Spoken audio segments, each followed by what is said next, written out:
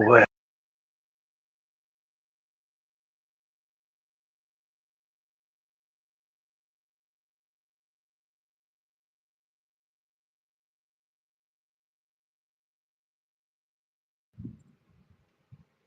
there we go.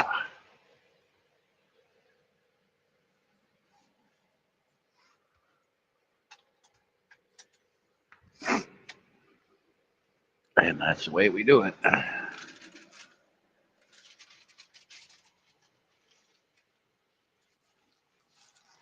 Dee, dee, dee, dee.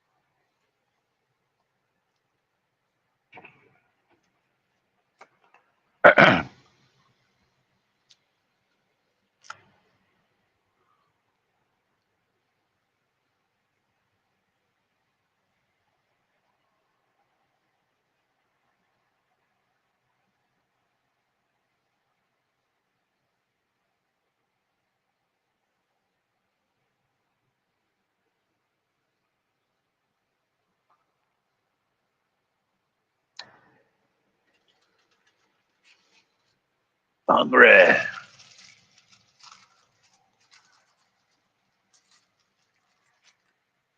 Oh, that's pretty hot. Oh, I'll wait for that to cool down. Hmm.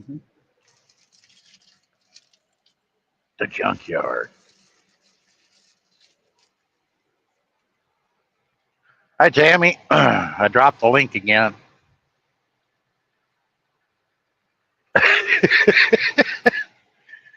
uh,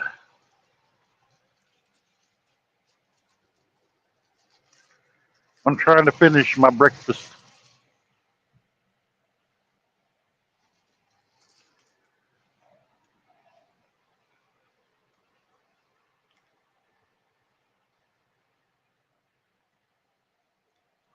Yeah, I'm leaving where I parked last night at that TA. Yeah, the truck stops, they're going to be dead. There are going to be plenty of parking for the next few days, which is a good thing because good percentage of them went home yesterday, and I know a lot of them are end up going home today.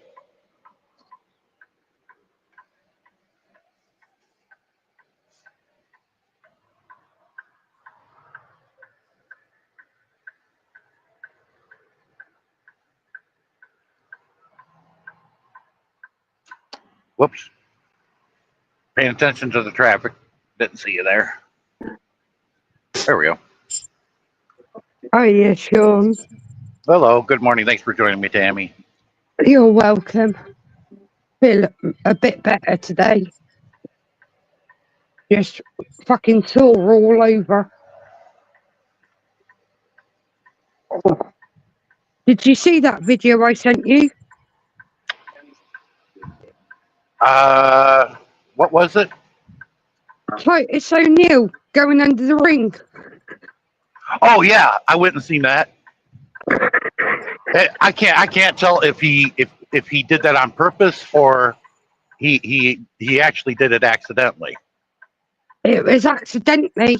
They were all talking about it backstage and they were all wetting themselves. Well, the good thing is he didn't get hurt. No.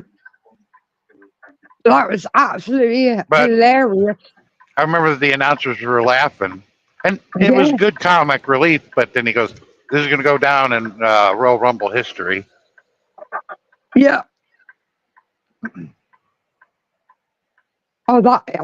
When he went under that ring, all you could see was just his feet. Yeah, he slid up. It's good that he didn't hit the apron. If he hit the apron, he would have been injured. Yeah. But I watched that live and I was wet myself. Oh, Cher's backstage. Oh, thanks for telling me, Tammy. You're I welcome, wish Sean. I wish I can make admins be able to do shit. Hey, hey, Sean, how you doing? I guess you sound a lot better now. Oh yeah, I just recover a little, but sometimes I do have a little plan. So Hmm. every time I go out, I always wear a mask. The the antibiotic is what knocked it on its ass, but those breathing treatments you did were good too. But it was Yeah, mostly the antibiotic they gave you, yeah, and yeah. whatever antibiotic it was good for you because it worked really quickly for you. So where are you heading now, Sean? North Carolina. I Okay, Tammy was in my live stream almost the entire time when I started, east of Tampa and made it all the way here. okay. And I'm Sorry, I currently just in, came arrive at home, and good thing you invited me. yeah, I'm south of Savannah, Georgia. Mm-hmm. Hiya, Cher.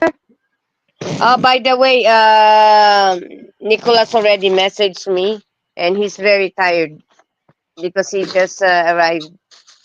Yeah, I mean, I still see him as a kid, and I'd like to look after him because people can take advantage of him pretty easy. Yeah, and I think the parents or the mother is the one who wants to, the girlfriend or the lady boy to come to his country. The mother of Well, Nicholas is the yeah, one who's inviting. I hope it does work out, and that's great. It's just Yeah, you hardly know each other, and the signs are there for everybody experience to think you just got scammed. yeah. I don't know. I don't want to get involved anymore. I get in trouble now here in YC.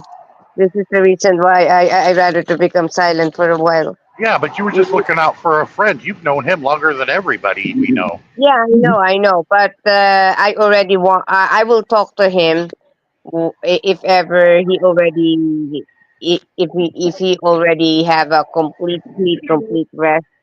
I need to talk to him because I will question him. How come you're? I don't know. I don't want to say something. Much better to become silent for a while.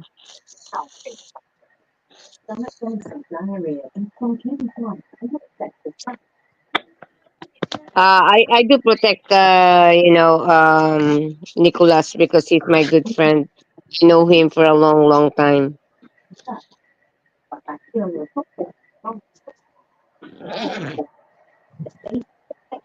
I'm just relocating some medicines here, guys.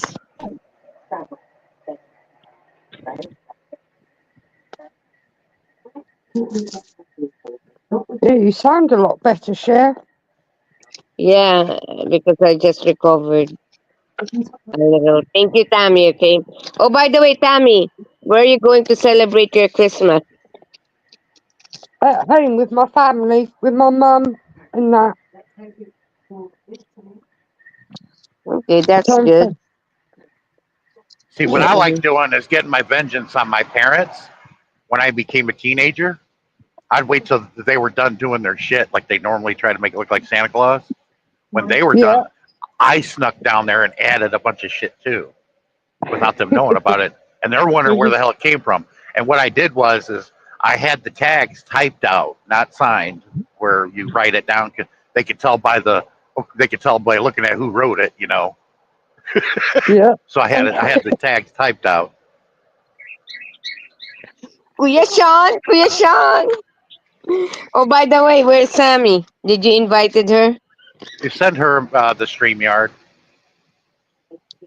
for Hold me. on. Okay. Uh, I did. I forgot to send it to her again. I sent it to you guys, Darren. Yeah. The thing is, if you invited her, she will cuss again. Yeah, but I think we're used to her, and everybody just sees Sammy as entertainment when she does that. Yeah. Yeah. Wait. I'll try to send it to her. Hold on, It's guys. like it's like the British. Now Tammy understands this. I learned this from Barry. Only British people can pull this off. They can cuss you out and still be your best friend. Yeah.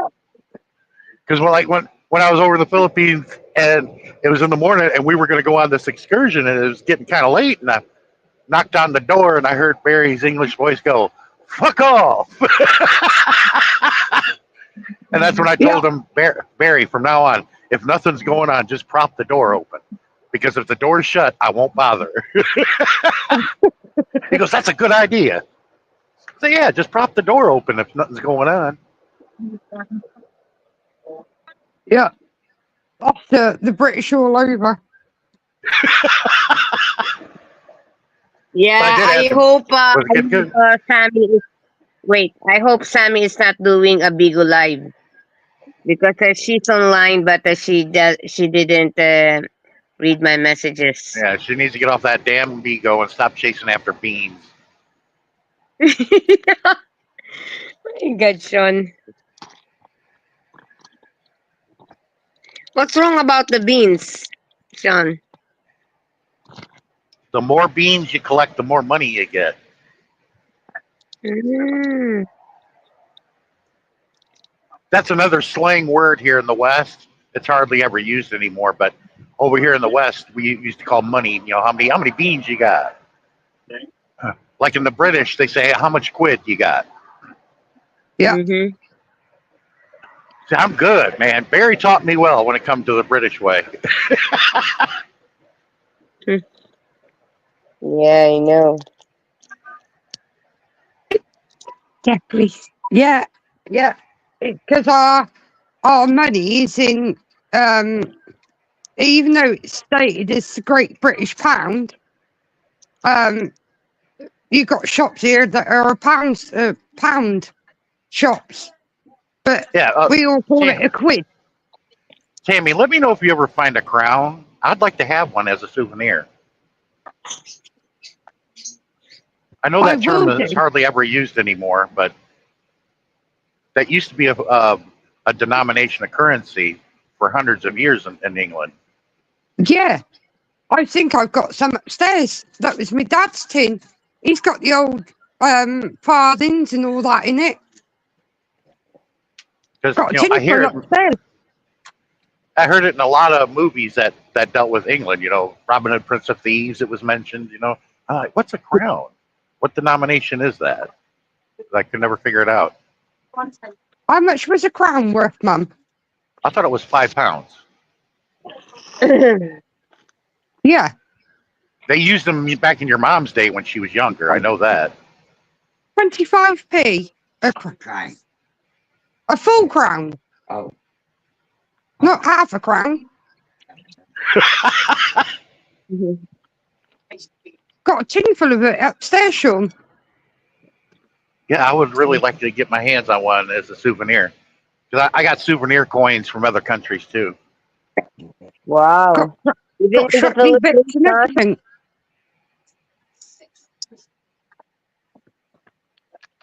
Yeah, my cousin, I'm sorry, go What? ahead, Cher. Do you have also souvenir coins here in the Philippines? Yeah, I wish I could have kept some of the paper currency because I thought those Okay. looked really. I thought they looked really nice. Just like it reminded me of the way the Canadians print their money. It's the same way. Mhm. I got the £1 coin, a £5 coin, and a £10 coin, or Mhm. peso. I mean, the one peso, the 5 peso, and a 10 peso coin. Mhm. Because it Okay. looks like a $50 with a penny mounted in the middle of it. I'll have a look in the tin upstairs, Sean, because my dad's got a really old, early 1900 tobacco tin, and he filled it up with all the old coins. I'll have a look, see if we got a crown in there. And if we Yeah, have, when your I'll mom send was it to you. oh cool. When your mom was a kid, The British sterling was still the reserve currency then when your mom was a kid. I do know that. Yeah, I'm guessing your mom's the same age my mom was.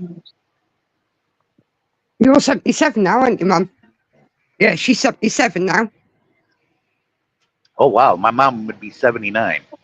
So Yeah, right but my around there. mother passed away now, son.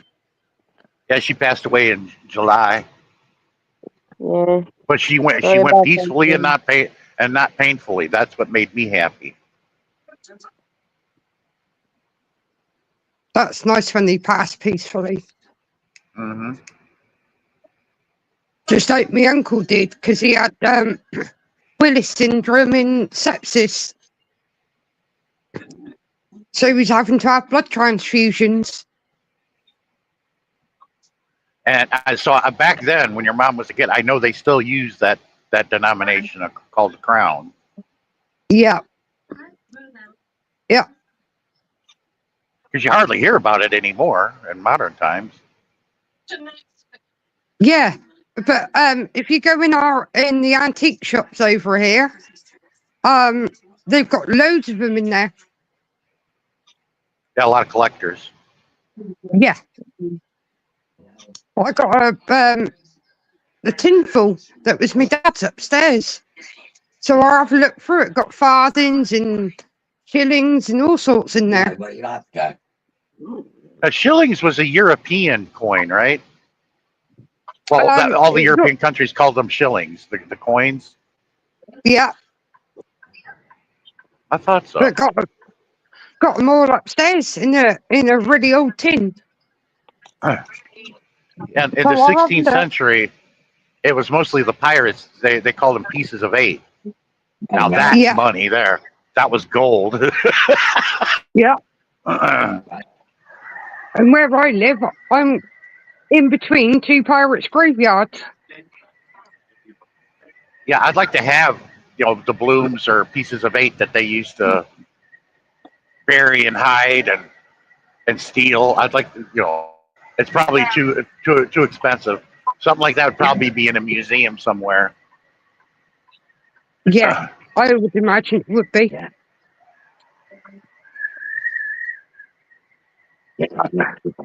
I'll have a look, see what we've got, and because I know he's got quite a lot up there, and I'll take some out, one of each out, and I'll send them to you, Sean.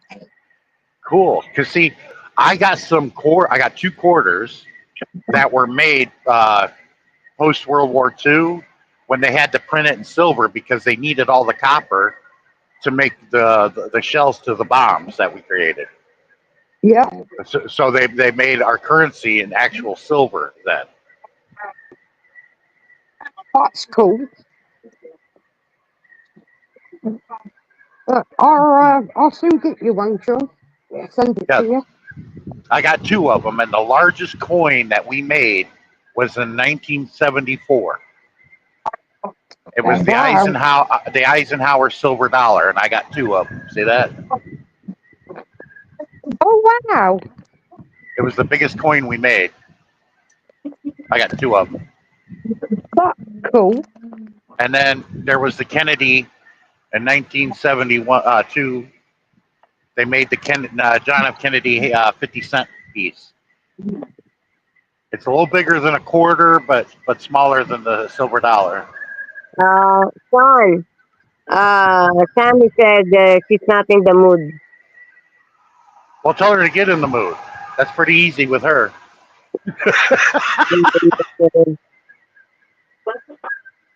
I got one here. It's a memorial one.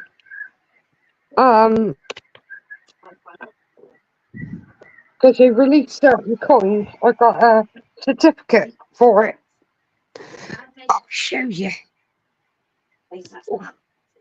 Oh, tell Sammy that Jesse's here. She might come because Jesse's here. What's this one for? 25th anniversary.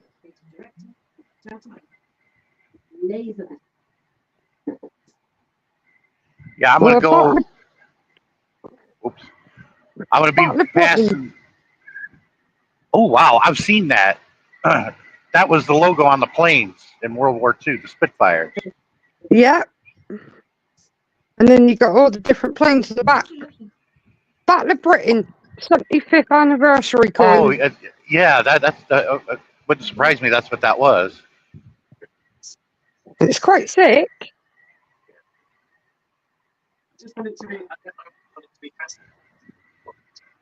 These Jesse, ones, tell her to ones come like up here. this cost you about £5 to buy. But yeah, I put it on my dad's ashes. Oh, cool. Anyway, Yeah. I'm gonna be passing by my high school alma mater, the old Strom Thurmond High School, the old Senator Strom Thurmond. Nobody will ever be senator as long as that man had. He was senator in early 1930s, and he died at the age of 106 in office. And that was like Wow. 20 years ago. I mean, he served a long time in the Senate as Senator of South Carolina. He was the That's only guy that could look at our Susan B. Anthony and look at her and said, I did her. I like making that joke. We've just had a gentleman pass away in the UK. He was 112. I thought the longest running MP y'all had was Dennis Skinner. He was in there a long time. Yeah, he was. He was one of my favorite MPs because as soon as the speaker called his name out, you're like, oh shit, here we go. It's going to get entertaining now. Hell, your mom probably remembers as a girl in her 20s when he was in office. Dennis Skinner. Yeah, she probably remembers him from 50 years ago. Yeah. Dennis Skinner, long-running MP. Running MP about 50 years ago. Yeah, she remembers him. Yeah, he left. He retired, I think it was like 5 years ago, maybe. But he started with the railroad union, I think. He was like the British version of our Eugene Victor Debs. I'm not sure.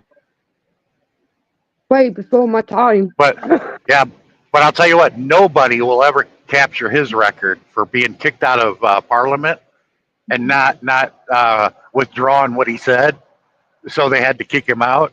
He never withdrew anything he said about somebody. We actually. I'm sorry, but the speaker, he would say, "I'm sorry, but the honorable gentleman must withdraw what he, and he would sort of repeat what he said. He goes, I will not withdraw what I said about Dodgy Dave. Yay!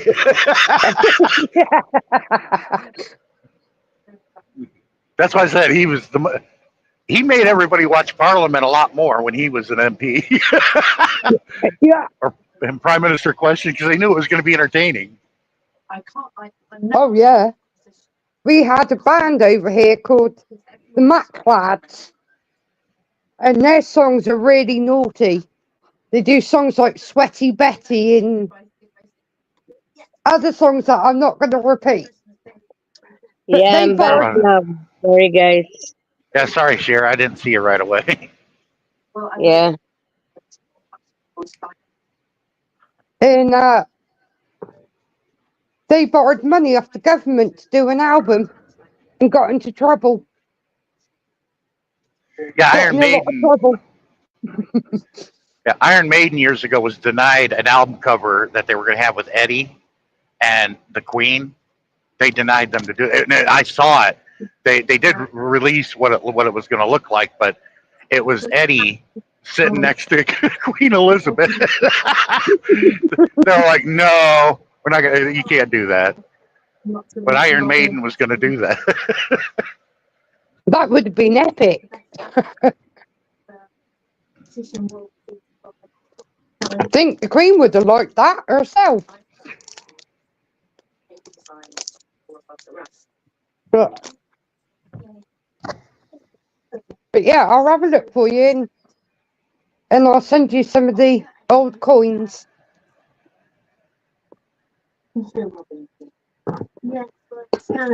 Because if my dad was still alive, he'd be 103. Ah. What is the cause of death of your father, Tammy? Hospital murdered him. Huh? The hospital murdered him. They stopped Oh. all food and all his medications behind our back. You should be talking to your MP about that. That's illegal. Well, the government was paying them for doing it. They were doing it to a lot of elderly patients. Yeah, but I would brought it to your MP and bring it before Parliament. That would have caused a stir. Yeah, it did cause a stir because a lot of people complained about it. They even lied on his death certificate what his cause of death was. And 2 hours before he passed, they had us up the hospital and wanted my mum to sign this paperwork, which then the government would have paid them for basically murdering my father. But what started? I think it was you Brits that started universalized healthcare after World War II, because you guys were so devastated with people can't grasp how bad England was bombed constantly, daily, and how devastated it was. And the people came together and they formed the NHS and they just took care of people as needed. And I'm like, is that a bad thing? No, that's not. That's a good thing. That's why the NHS, universal healthcare, was created by England. Just like capitalism, the economic system of capitalism was formed in England, 17th century. Yeah, because my dad's mum, my nan, she had shrapnel lodged in her skull from all the bombings and that happened here. That was a good thing. Your mom was born and raised after, during the rebuild. Yeah. Because my mom was born a month before the war ended. She was born March of '45. The war didn't end till like August. Well, the Germans surrendered in May or June of that year, but it wasn't until August we dropped the atomic bombs on Japan, and that ended that. Well, the Bunsen bomb that the UK used, they practiced that. They tested that just up the road from me.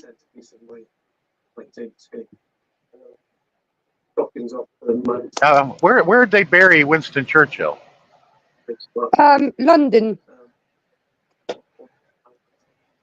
Wasn't he like a distant relative of royalty? Yes. I thought he was. Yeah. Because he had a little girl, a baby girl that died, and he had her buried. He had her buried in someplace, and after he passed, they dug up her grave and buried her with her dad. And it's all it's all got fence around it, but you can go there and visit. But it's Winston Churchill, his wife, and his family's all buried there. Yeah, I like impersonating Churchill, but I make jokes of it though.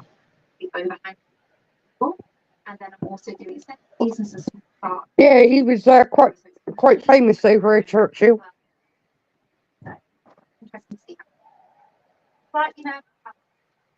But yeah, my nan's got had shrapnel lodged in her skull from all the bombings. 1 minute she'd be fine, and the next minute she's trying to climb out the pissing window. Oh, jeez.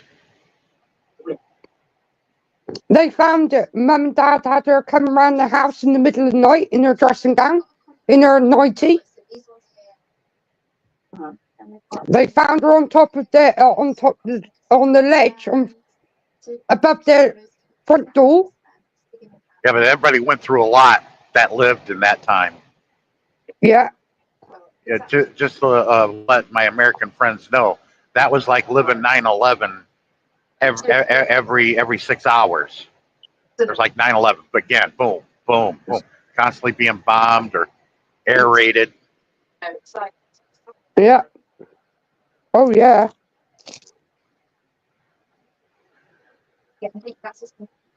It weren't nice.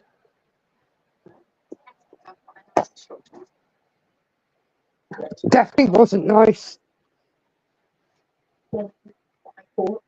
I mean, his mum and dad was around when the Titanic sank because they were born in the late 1800s.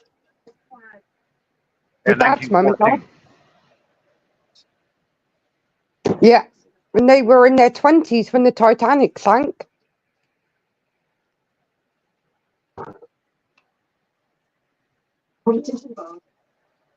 So they would have seen a lot of history.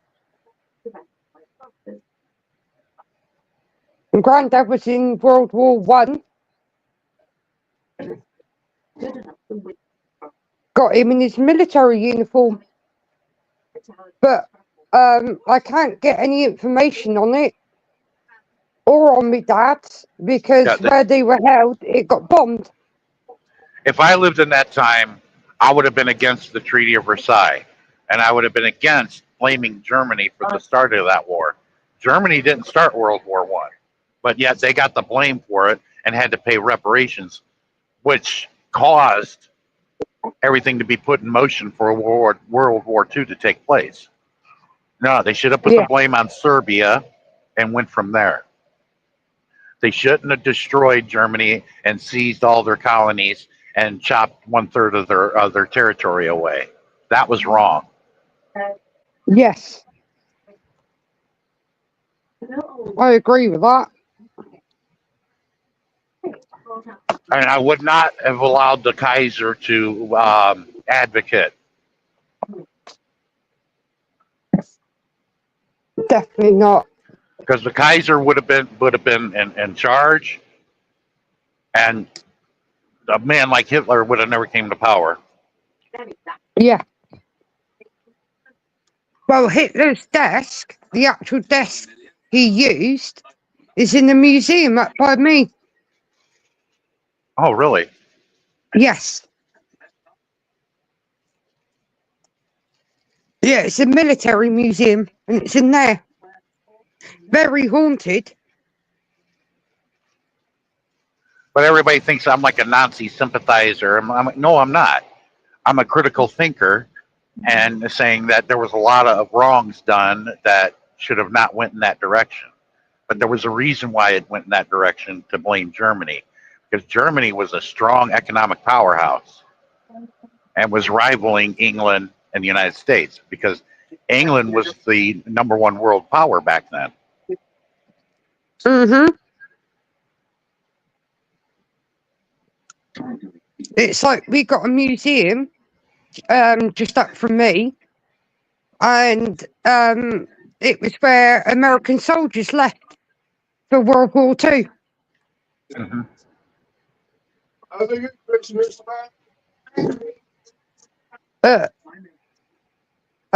It's where a lot of Americans come over and they left from.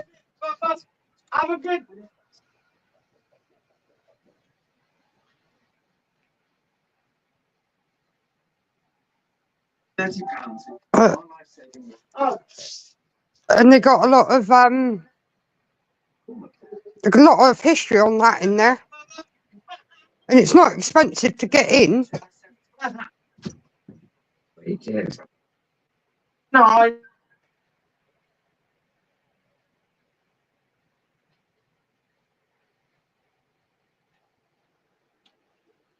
But yeah, that's quite a cool place to visit. How you feeling now, Tammy, after yesterday? Stiff and sore. Oh, bless you. My back and my legs really hurt. Like you're feeling. I feel better. sorry. I feel better than I did. I ain't got the headache anymore. Bless you. I slept for 18 hours straight, Sean, Wow. after collapsing yesterday. Destroy that back of the chicken then, alright? Ugh. I felt nauseous all day yesterday. It was horrible. And it was like my brain was all fuzzy. It could be anything. Yeah. The paramedics had no clue what caused it, what caused me to collapse. Because my temperature was normal. Yeah, when you mentioned your blood sugar, I said, well, that'll do it. But then you said your levels were normal. Yeah. Yeah, my blood sugars were all normal. My temperature was 36. My blood pressure was normal. They even done it while I was in the ambulance again. And they had me sit down and do it, and then they asked me to stand up. Because they said when you stand up, your blood pressure will go up a little bit. And they had me stand up, and no, it's still normal.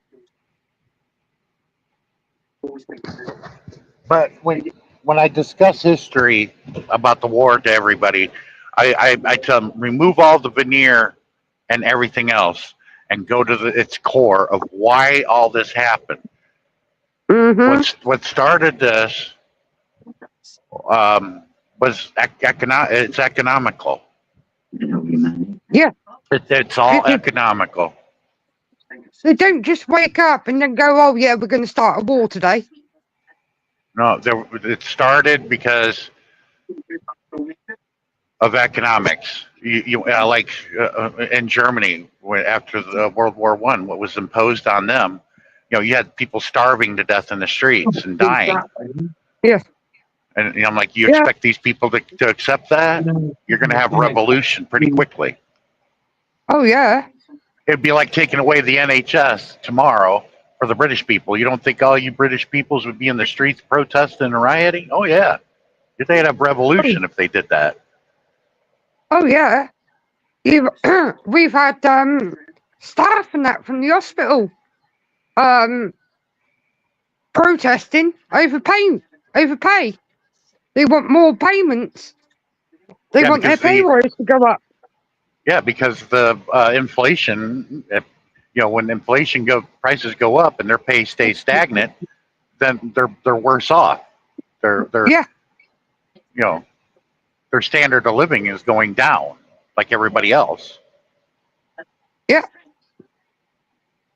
And then you got people moaning because they're protesting because cancer patients and that weren't getting the treatment.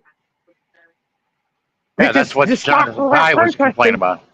Yeah, Jonathan Pye was complaining about when the nurses were on strike or protesting. When he made that joke, it's like getting a lap dance while reading The Guardian. He was like, just give the NHS more money. Yeah. He was complaining to Parliament. Well, just give them NHS more money. Yeah.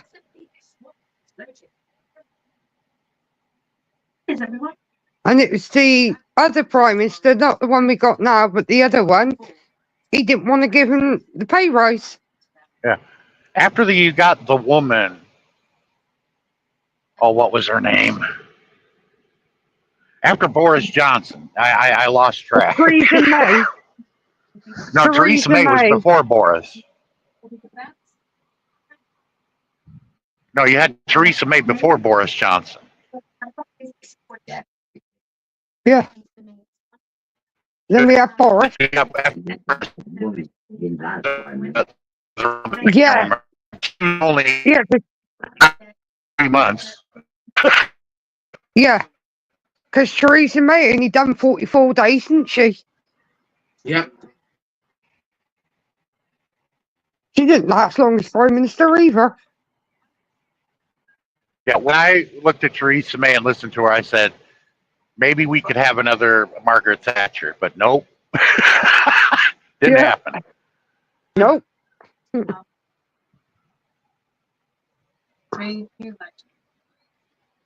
But they get paid like 44,000 a day as Prime Minister. That's absurd. Mm. Mhm. And you live for free on number 10. Yeah.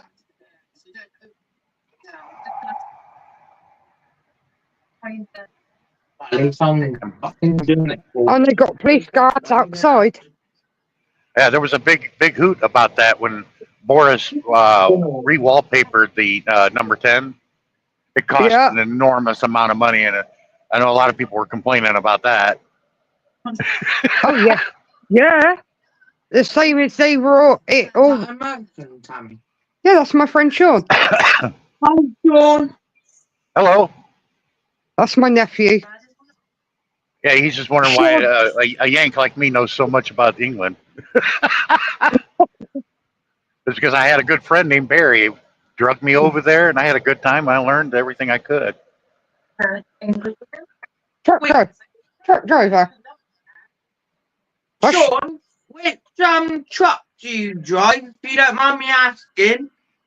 No, it's a Kenworth. We call it a KW for short.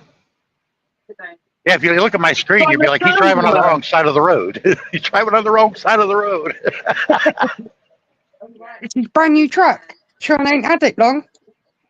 Yeah, I've had it a couple weeks. I had a Peterbilt before this one. Nice, because I'm into trucks. He's truck mad, Sean. Yeah, I don't think you have these over there, though, because these are big. No. He's into Scania in Eddie Spaniards, Stobart. and I'm also, funny enough, when I went with Frank yesterday, I seen a Peterbilt. Yeah, Oh, most of the trucks you have over in England are what we call cabovers. Yeah. They're not conventional with a long nose like I got. But you had your last truck for 7 years, didn't you? Yep, 7 years I had that. I didn't want to get rid of it, but I had no choice. You have to get no equipment. Do you have air horns on yours?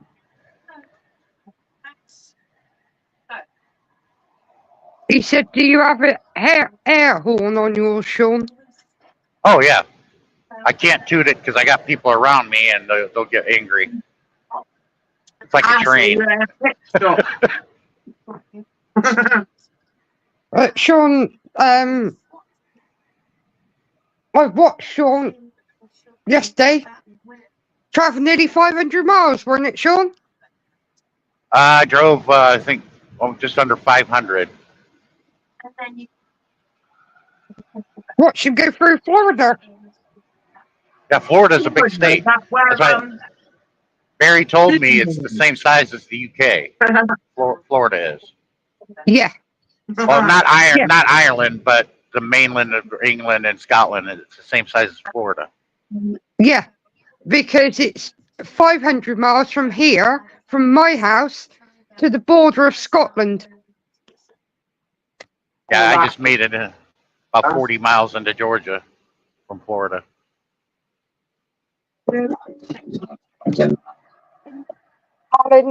Sean was near Disney. I've seen Universal Studios and all that as he went by. Yeah, well, right by Disney World, but you can't see anything from the interstate. interstate. Yeah, it's what we call our motorways. The Americans call it their interstates. Interstate highway system. It was created by Eisenhower after World War II. And we learned that from Germany building the Autobahn.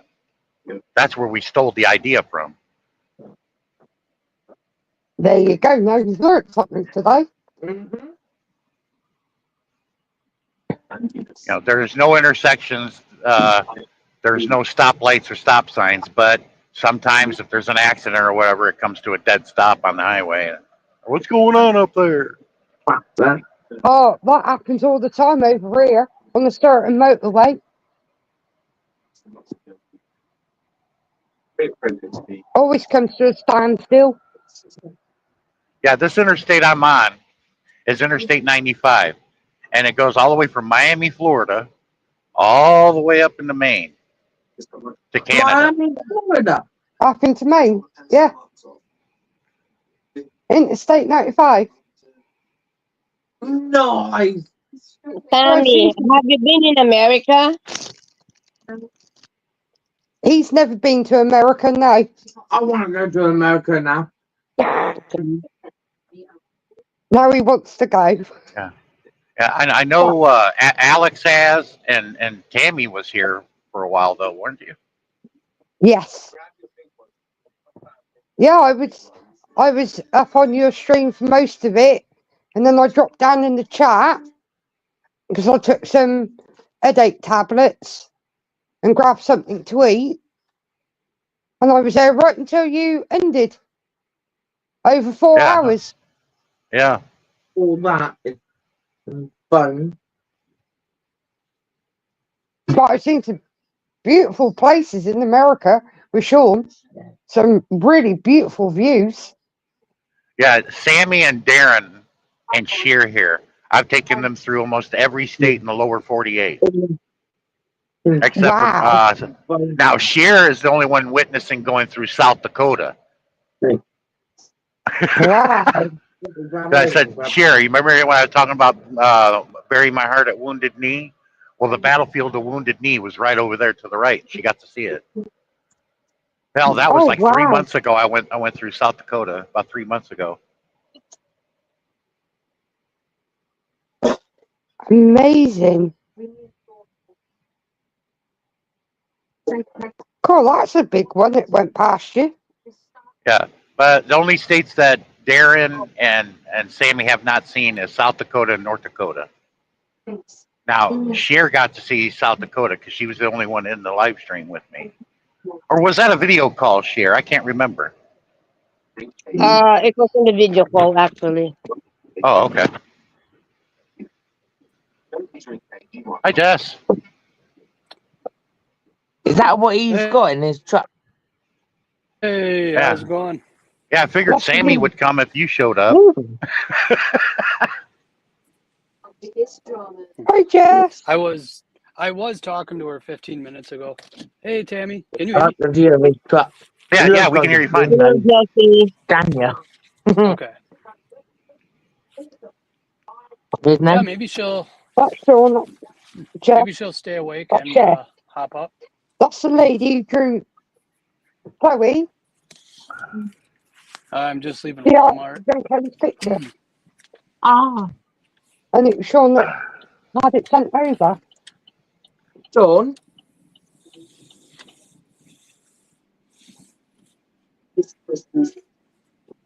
Sean? Yeah. I love the view of your cab. Oh, yeah, there's a good view from up here. So all the other vehicles are like a small. Borno Scania that you're driving. A scanner. I don't have a scanner. Those are illegal. Tell me, who is that? What's with you?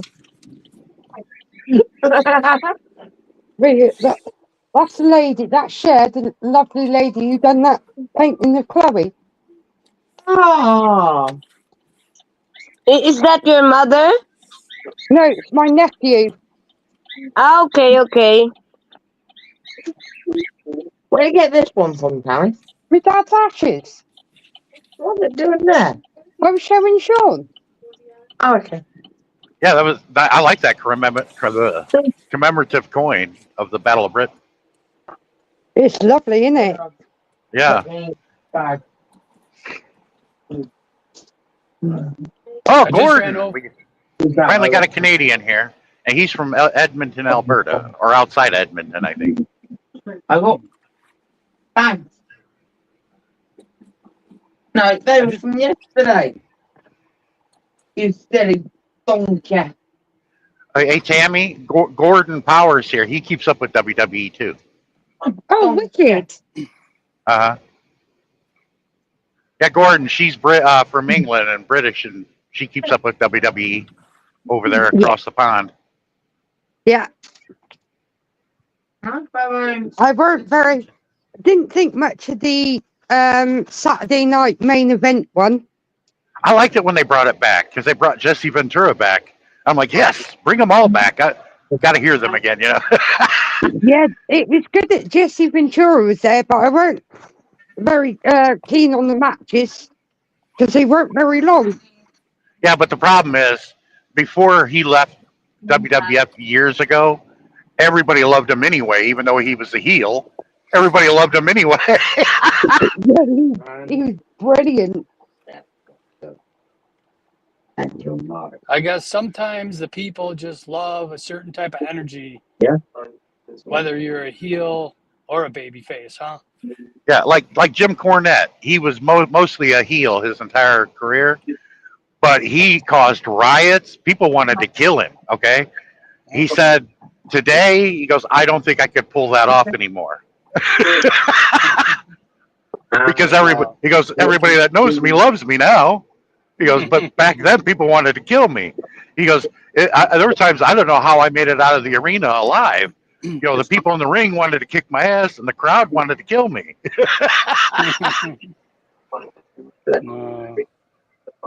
That's awesome. We had a few wrestlers down at Del Martin's like that, where we've had people in the crowd wanting to beat them up. My dad's had to walk them out.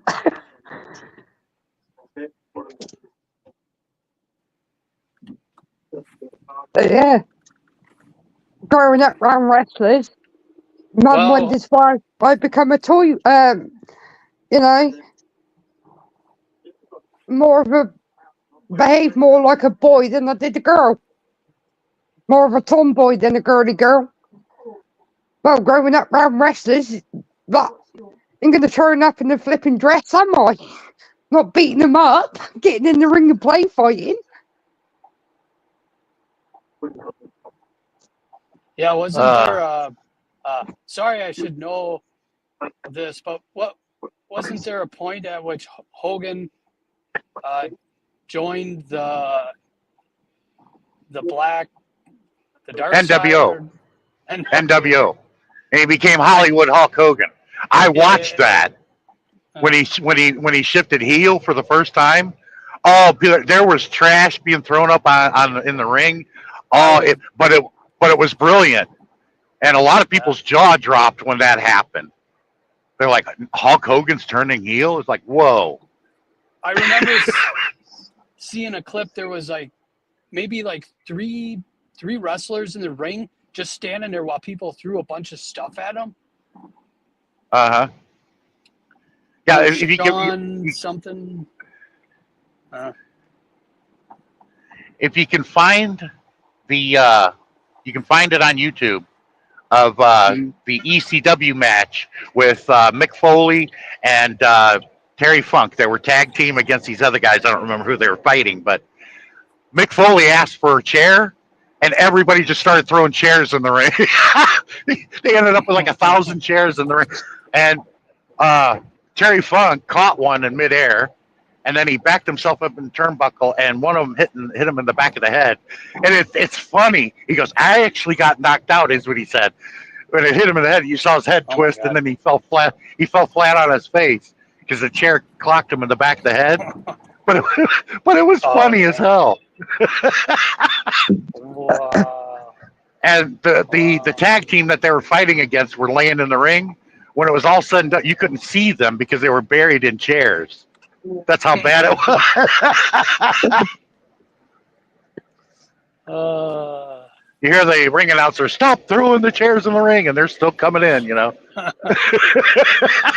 And ECW is famous for bringing all the fans into the ring, and there were so many people in the ring collapsed. Hi, thank you, can- Sammy. Sammy is can- here. Hi, Sammy. You can find Sammy. that on YouTube also. Yeah, I figured Jesse, Okay. if you showed up, Tammy would, or Sammy would show up. See, that's the Oh, avatar I like. I right. like is Sammy right there, because I don't know how, because I wouldn't have judged. I don't know how Sammy didn't win the hot costume contest, but she did Yeah. brilliantly as Harley Quinn. Stop Yeah, she did. bringing that crap. Okay. Yeah, but I was impressed, Sammy. You Stop really impressed me it. on that. He's trying to Stop put you it. over. He's trying to put you Hi, over. hi, Sammy. Hi, mommy. Hi, Hi, sis. how are Hello. you? Hi, Hello, Jesse. Sammy. Hi, Hey, douchebag. Sammy. Oh, that's I'm Mr. good, Douchebag mommy. to you. Oh, I'm glad you're No, well. I prefer to call him douchebag so he can know that I'm saying hi to him. Aw. Oh, you might as well throw a chair at him, Yeah. right? With a chair throw kicker. Yeah, Gordon. someone messaged me that he's here, and then I messaged him. You want me to come over? And then he Oh, ignored Yeah. me. oh, Fucking he hell. was driving. That I think Balls Mahoney probably was one of them that was on in the middle of the ring laying down with his tag partner, but they were going against Mick Foley and Terry Funk, and that was one of the most famous chair incidents. It did happen again with Sandman. He asked for a chair, and then all these chairs come flying into the ring. Creation, where are you going? Salisbury, North Carolina. Salisbury. The road is familiar. Yeah, you've been here. You've been everywhere except South Dakota and North Dakota. Cher is the only one that was with me when I went through South Dakota about 3 or 4 months ago, Hey, and I I just told you had. missed it Oh, I'm sorry. because she saw the bury my heart at Wounded Knee battlefield. Well, it wasn't a battlefield; it was a genocide actually. United States Army, the Seventh Cavalry, just slaughtered a bunch of women and children, natives of the Mm. Cheyenne reservation. Wow. If I'm not mistaken, Sean, doesn't Johnny Cash do a song? I've been everywhere. And then he rattles off a bunch of Yeah, different cities. that's Isn't the city I live in one of the cities he rattles off? Fond du Lac. I think so. I have to go back over it, but that is voted one of the most difficult songs to karaoke. You have to know it and bing, come up with those towns. You know, it's like Oh, okay. he's really Okay. fast, but that's voted one of the most difficult songs to karaoke. Wow. But the beginning of it's easy. I was toting my pack along a dusty Winnemucca road. Long came a semi with a hay canvas covered load. Are you going to Winnemucca? We could ride. So I settled down in the cab, I climbed up to the cab and I settled down inside. You got to do I that never, one now in the yeah, future. yeah. But You got to when try it to come, do that. but when it comes to the cities that he talks about so fast, it's easy to get screwed up in that. Oh, I'll bet you if you make one mistake, if you make one mistake, I'll bet you the rest is just like a house of cards or something. Yeah, he mentions the town that I live near, Dayton, Ohio. But when he says Springfield, everybody's like, which one is he talking about? Springfield, Ohio, Springfield, Illinois, Springfield, Missouri. Oh my Which God. one? Springfield, Philippines. Joke. That's funny. Yeah. But the part, Gordon, I'm talking about, if you're looking at the video, Mick Foley catches one chair and they all flying in the ring. And you see Terry Funk on the left side in the corner, and the chair hits the back of his head and it knocks him out. That is hilarious.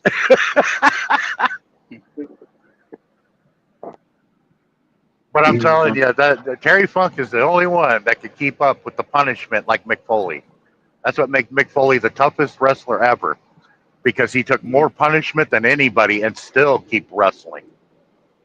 When he got thrown, that Hell in the Cell match really put the test on people. But Pittsburgh went nuts that night on that match, and they still talk about it to this day. And a lot of the kids that talk about it weren't even born yet when that match took place. Really?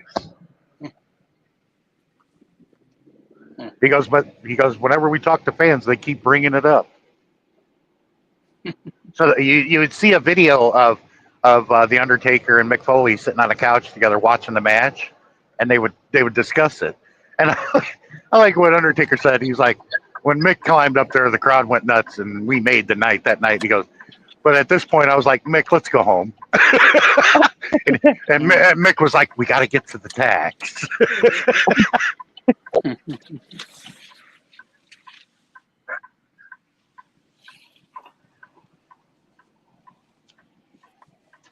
Yeah. But it's amazing, that Mick Foley didn't get crippled or killed that night. He got slammed through the top of the cage and landed in the ring, and that's when the chair came up and popped him in the mouth, and his tooth came out through his gum, and it looked like he had a booger hanging out of his nose. No, that was his tooth. Yeah, I remember that. And he kept wrestling. He kept going. And I tell you what, that's why I say I've seen Mick Foley and Terry Funk damn near kill each other in the ring live, and I'm just amazed that they didn't get killed or get crippled. Yeah. Those two could take punishment like you wouldn't believe.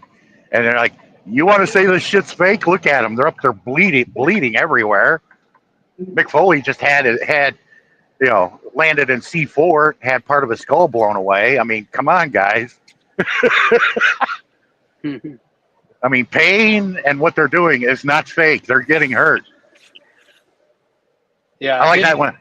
Yeah. Dr. D slapped that interview guy and popped his eardrum, and Dr. D got sued for that. You want to call it fake? Oh. Smack right in the side of the face, and he went down.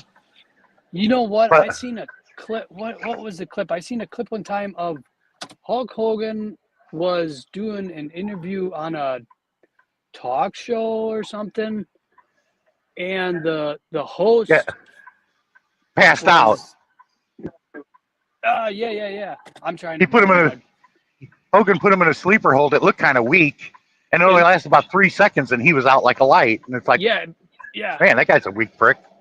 Yeah, but yeah. You okay? Yep. It's like whoa, Yeah. Oh, I think, but then Hogan let him go, and so he fell to the floor, and his head hit the floor in such a way that wasn't very didn't feel very good.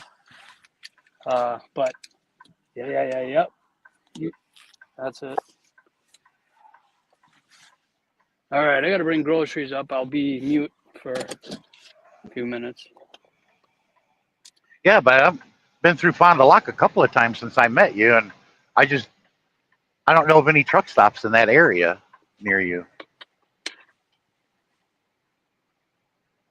Matter of fact, the last dispatch I got on my Pete was going to take me to Appleton, and it would have took me right through Fond du Lac again. Well, there's the stretch. That's in North Fond du Lac, but it's right on 41. You know what I just heard today about the stretch, whatever it's really called. I heard they have robots bringing the food to the people. That's what I heard today. In the cities, yes. And a lot of homeless people have been in the restaurant. Oh, now that I haven't seen. At the stretch truck stop in North Fond du Lac. That's what I heard. Yeah. So you'll have to definitely check that out. Yeah. You guys keep going. I'm gonna go in here and get me a coffee. Okay, I got Another place didn't have any. For a little bit. Okay. Don't nobody go anywhere. I hope everybody's having a good time. But wait a minute, I think I got somebody in the background. I'll bring up Sammy. Sammy, keep them going for me, would you? I'm just going to get a coffee. Excuse me. What do you want me to do? To dance over here? Oh, you can do to do a that hot live? Sure, My gosh. why not? I'll be right back.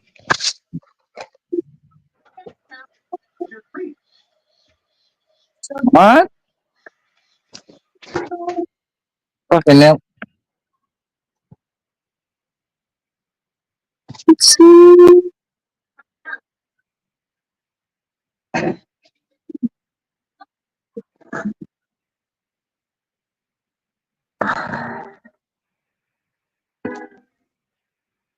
You looking forward to Christmas, Sammy?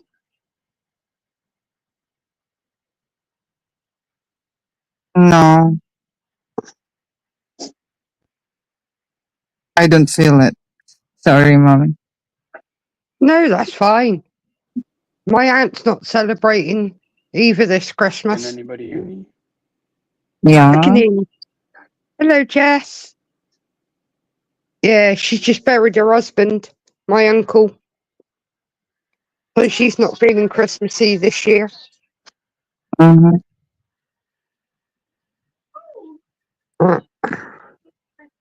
I took my mum to finish off the Christmas food shop yesterday and ended up in an ambulance. I collapsed. Can't remember nothing. Yeah. Sorry for that. Thank you, Sammy.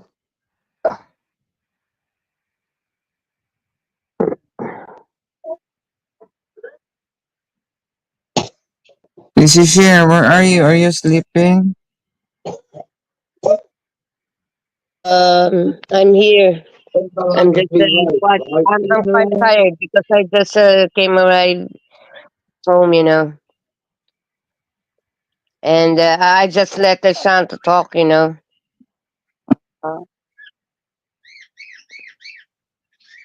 How are you now, Miss Pretty Sexy Sammy?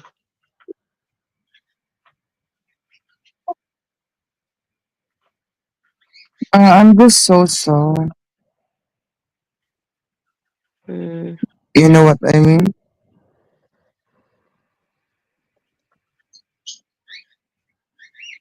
You know what I mean, sis? A Mm. so. No, what is that? Miss? It's meaning to say I'm not okay, but I'm fine.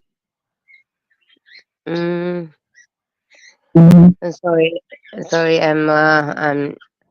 No, I'm it's okay. quite Don't tired. say sorry. Don't say sorry. Hmm. Yeah, I just talked to Nicholas lately, and he said he was so tired. He just came Mhm. arriving just now.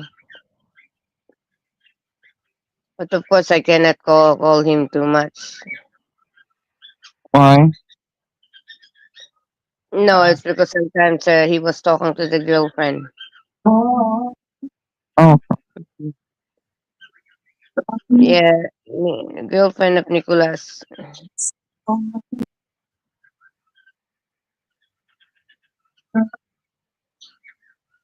Do you see? Where are you? You're home now. Hmm.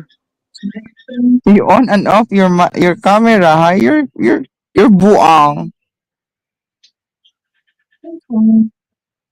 Yes,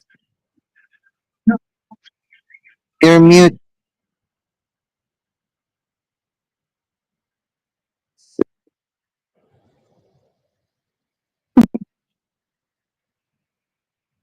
Yes, he's home now. I can't hear anybody. Finko's in the chat, share. He can't hear anybody. What's going on? Twinkle.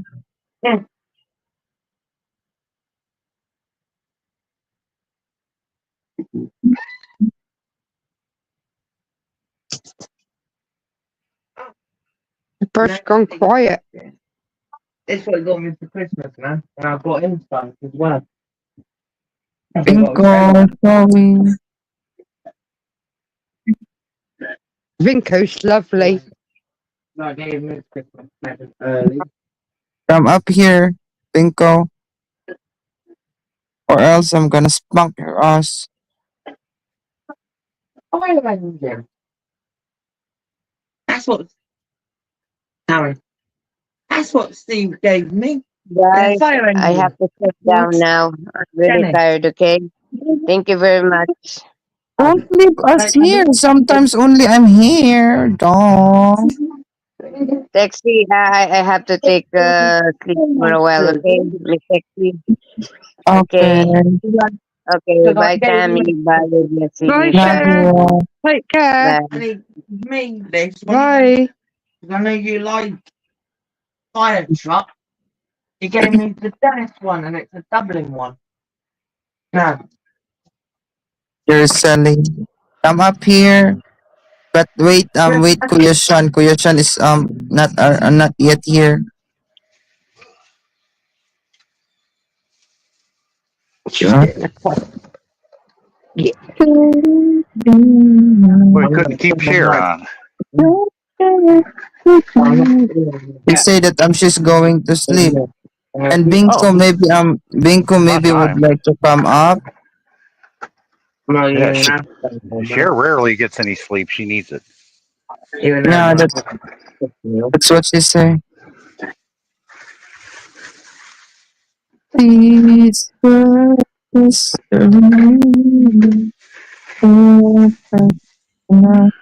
Oh, I don't know if I showed it to you. I think Sammy saw it because did a few years back.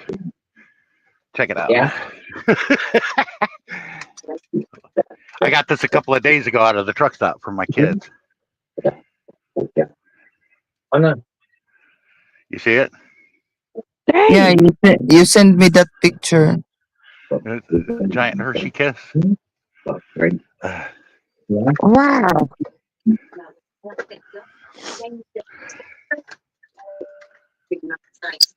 I got with somebody as well, so I'm We happy. get them in the UK in certain shops. Hershey's Kisses. Somebody. Yeah, but you guys get the white chocolate Cadbury chocolates, and that's not easy to get here. I have to go into Canada to get one of those.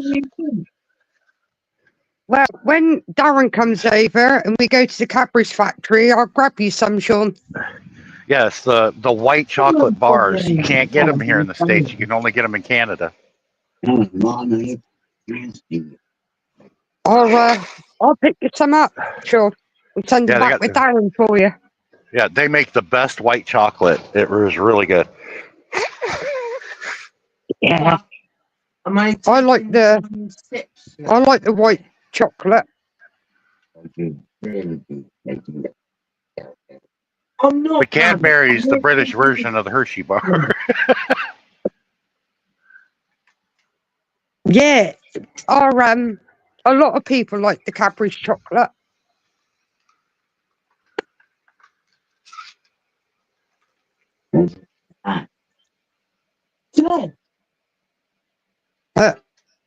I tried some American candy bars. And Kuya snack. Sean? Kuya Sean and Mami Tami? Kuya Sean, Yeah. DC can't hear nothing, and then I'm going to drop off because I need go to sleep too, and then I will call him to drop here in the live in your StreamYard, and then let him I will ask him to come back after that I'm dropping because he need to restart that one because he Uh-huh. can't hear nothing. Okay?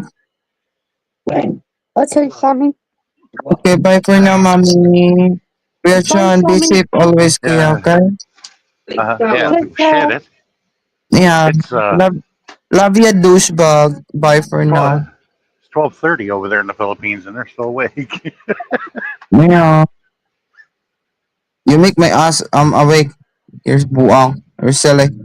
No, Jesse did. Okay, bye for now. I will let them I will ask him to drop down, okay? And then All back. right. Okay, Take later care, Sammy. guys. Take care, Sammy hun. Yeah. See, that's the problem during the day of me doing a live stream. Everybody's asleep in a lot of the countries that I favor. Yeah, 'cause your morning is my afternoon here. Well, there are times I drive all through the night, on through the night. Where Wow. everybody's asleep over here, and I'm awake with everybody on the other side of the world. Excuse me. But that's strange. It's weird, isn't it? The different time zones and the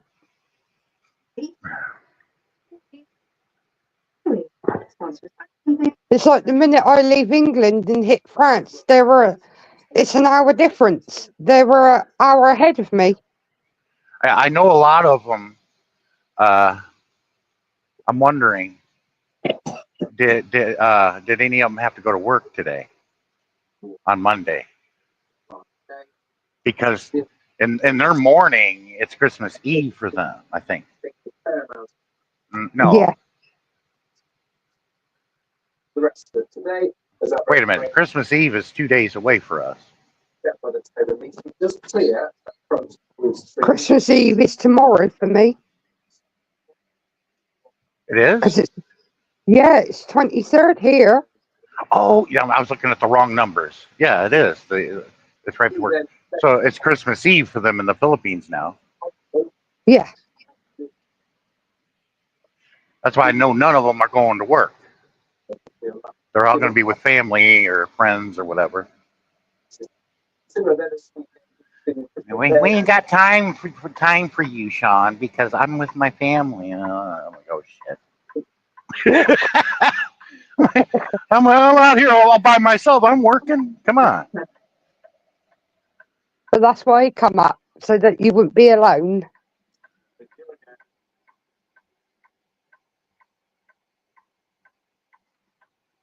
And probably naughty Darren's probably working. Yeah, see, because I deliver this tomorrow morning, and then there's no telling where the hell I'm going to be after that. Because I'll deliver, and I know I'll get my next load, but I don't know where it's going. What are you stopping in the middle of the intersection for, you dipshit?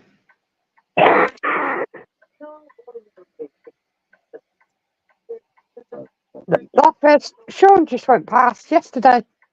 That Universal Studios. Yeah, they built Hogwarts there. Oh, they got Hogwarts there. I have to go to Yeah. Universal Studios. Yeah.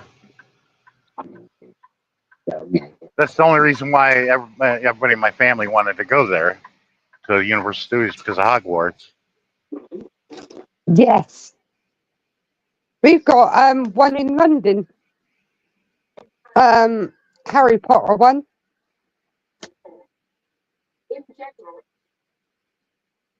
Which is quite good.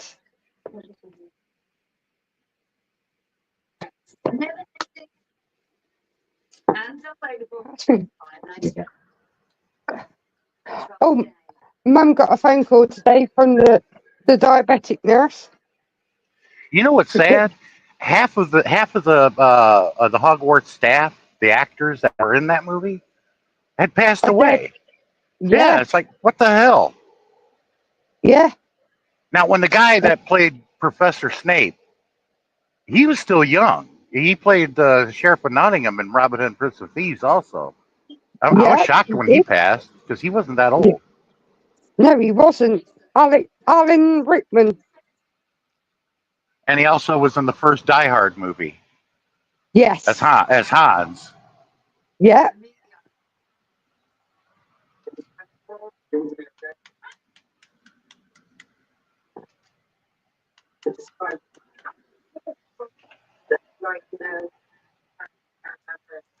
Yeah, that's right. And then Maggie Smith died the other month, didn't she? Professor McGonagall. The first one that passed, well, he was dying anyway. It was his grandkids that forced him to doing it. He was really ill. The original actor that played Dumbledore. Professor Dumbledore? Yeah. Yeah. The original Dumbledore was in the first movie, and that was it. Because he died shortly thereafter from cancer. But his grandkids is what made him do the part. Yeah, and then one of the cast, one of them that played a student in there, he was stabbed to death. But the guy that played Hagrid was famous for a lot of good movies. The Pope Must Diet, that was good. It originally was called The Pope Must Die, but they were getting a bunch of shit over the title, so they put Diet. He was a priest where he ends up becoming Pope. That was hilarious. And he also was with Eric Idle in the Nuns on the Run movie. That was hilarious too. Yeah, that was a good movie. He done a TV show in the UK called Cracker. That was really good.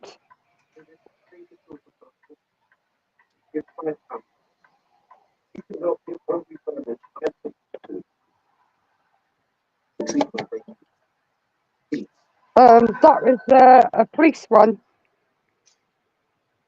Broadcaster Kate Silver His TV show Cracker, Robbie Coltrane. and I'm a Philip. Get me out of here. I've heard that name. Yeah, that's him who played Hagrid. Yeah, because it was in one of the latest YouTube videos I was watching, and it showed everybody that had passed on that was in Harry Potter. I'm like, Jesus, man, that's half the staff that were the teachers there, professors at the school. Yeah. Bingo. And him who played Professor Flickwick and the Goblin at the bank, he comes to Weymouth on holiday every year. What? There was a set of twins, famous twins, that were goblins in Harry Potter. I forgot their names, but one of them had passed on.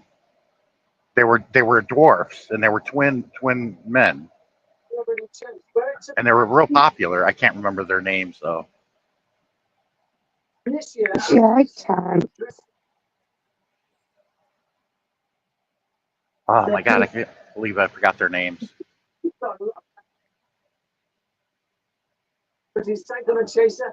But I knew when I was telling everybody, I said, this girl, Emma Watson here, when she becomes of age, she's going to be a hottie. And sure enough, she was.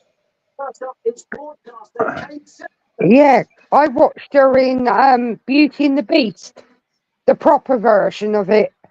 And she's really pretty in that. She's a gorgeous woman. Knew she was going to grow up into one.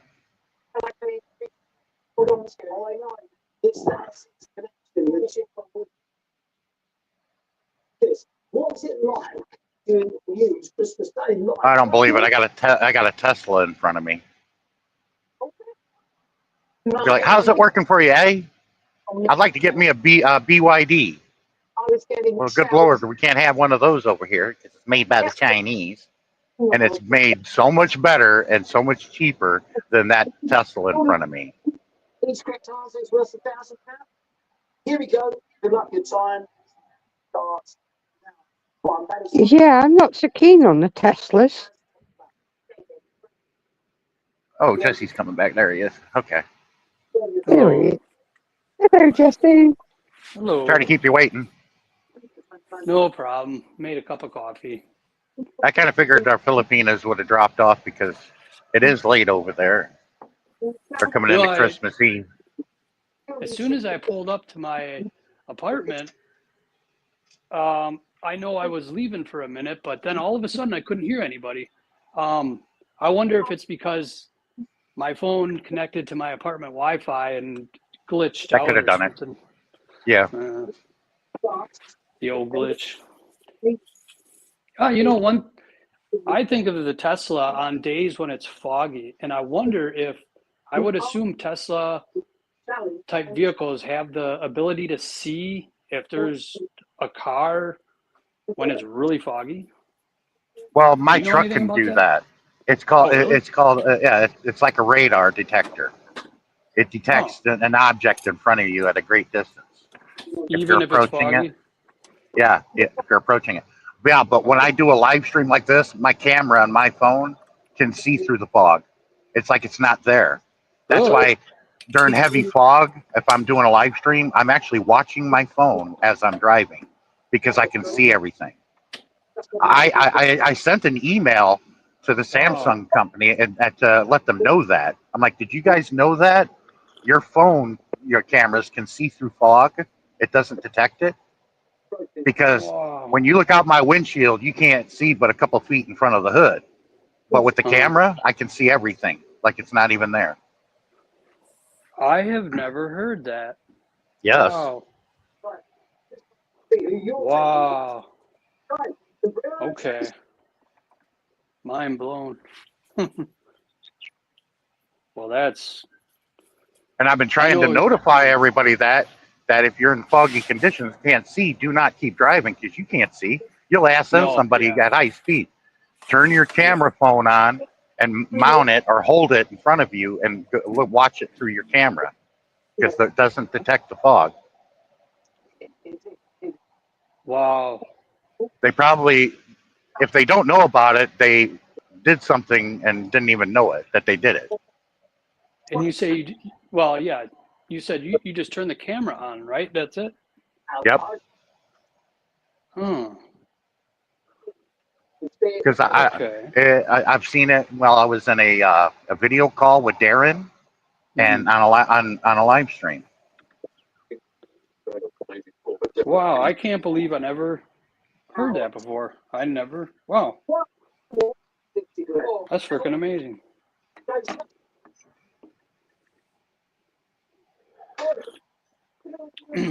Yeah, because I was gonna say something, but no, I was rethinking it.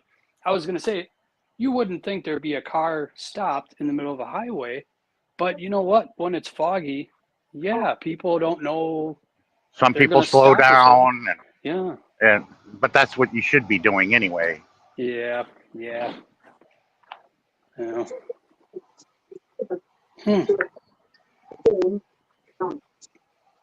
Okay.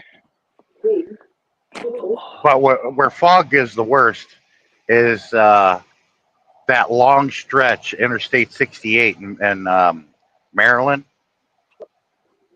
along West Virginia and Pennsylvania there, and Maryland. That's I've Interstate never 68. been over in that area. Those are the Blue Mountains, and every night it is bad fog. You can't see nothing. Oh, really? Oh my God. You know what that's making me think of? Many years ago, I was on a road trip to, I think, from Wisconsin to Arizona, and I was actually moving there, try to try out a job and try to move and stuff. Didn't work out, but on my way there, I had a Jeep. I was pulling a trailer, like a small utility trailer, and I don't remember exactly where it was, Utah or Colorado, somewhere where there's mountains. And I remember I drive through one of these towns where there's like a tourist kind of looking town, something you might see in the movies, guys with their UTVs and vehicles built for the trails and everything. They just park wherever, on the side of a rock climber, like that kind of thing. But I passed through there. Okay, let's continue on. It was already dark. And I continued on, and suddenly it started snowing as I was, I guess, going up in the mountains again or wherever I was, and it started snowing to the point where I couldn't see anything. I couldn't see anything passing by the side of me or in front of me or behind me, nothing. All I could see was white snow, 360 degrees around me. And when that happens, you don't know, you cannot tell that you're moving. Yeah. It's really freaking weird. You don't know where you're going, but you can't tell that you're moving. And I started freaking out. And I don't know how I survived, but I slowed down. Somehow I found a turn, like maybe into a field or something. I turned into the field and there's already snow everywhere. And somehow I got turned back around and got on the road and went back down. But oh my God, that I had never experienced that before. I still can't believe I didn't crash. The Rocky Mountains can be very treacherous at night when it's snowing. Oh, yeah. I well, and I have passed in those kind of areas. I've passed by semi trucks that can't get up the hill anymore, and so they put their flashers on or start putting chains on or whatever. I've seen that before. But that was not a good feeling. Yeah, a lot of times, like if I'm going over Donner, they report to you what the pass is like, Okay. and Okay. and if they require chains or auto socks or whatever, I'm like, screw it, I'm not. If it's that bad, I'm not going.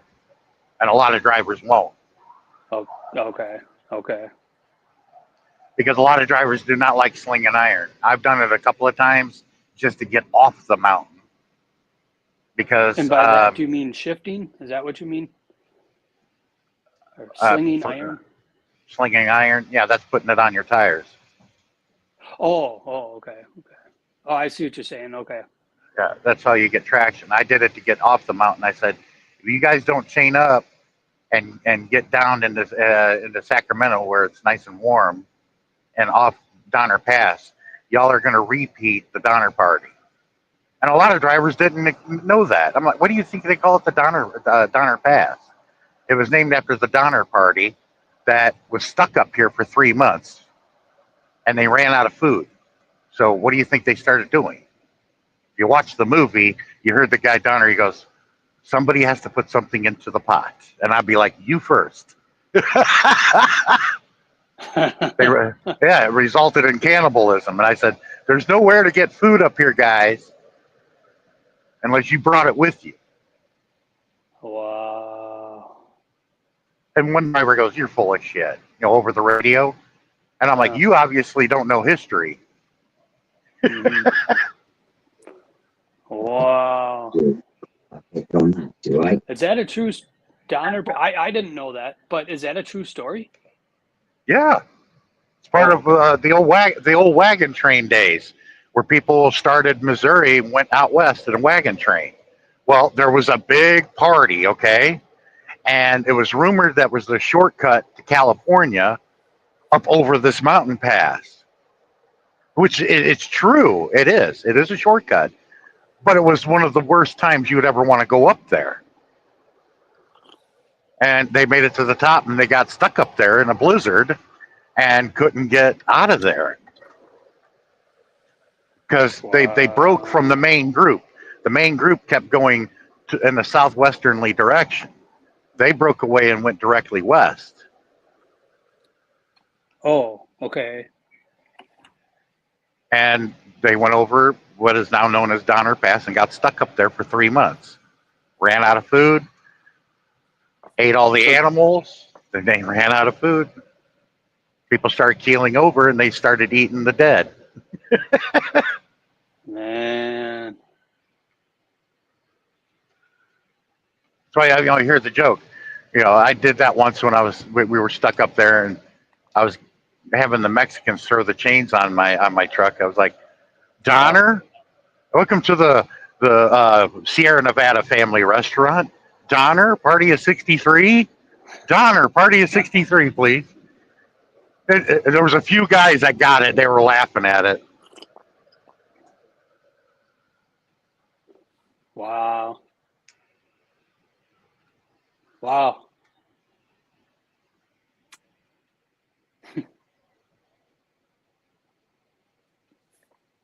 Yeah, I know mountains are no joke. I remember years ago, my brother used to work at in New Mexico at the National Lab up in the mountains. Northeastern And New Mexico. I think where's that near? I know he lives in Albuquerque now, so it's got to be near there, right? But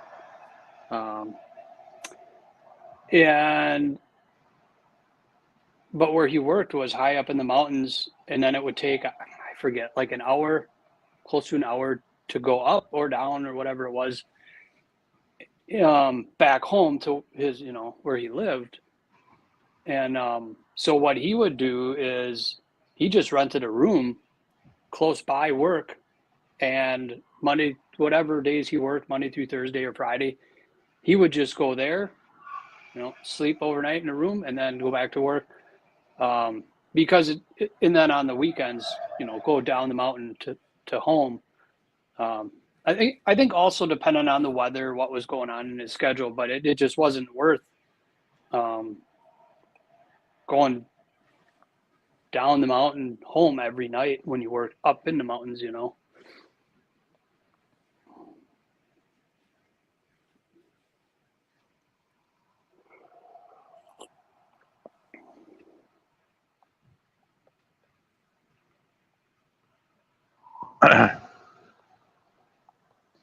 But I shared a lot of good stories from my experiences at Christmases when I was a kid. That was the number one, shooting my step grandfather in the ass with a BB gun. That sounds like a Christmas movie. Yeah, my dad loaded it because he knew what I was going to do with it. My dad just knew his sons. And we were opening gifts. It was like 5:30 in the morning. Here you go, Shawnee. Here, and it was really long, and it was a rifle, a BB gun rifle, one of those old Daisy. It looked like a 44 rifle, a Winchester rifle, where you cock it, downward, like the Gunsmoke. That guy, and then all of a sudden you just fire the BB, hit him right in the ass with it. Because he never had nothing nice to say about, especially me. I don't know why he had it in for me, and he hated me. I don't know why. Yeah. But I do know my real grandfather, Iron Eyes, would have put him in a trunk somewhere and threw him in the lake.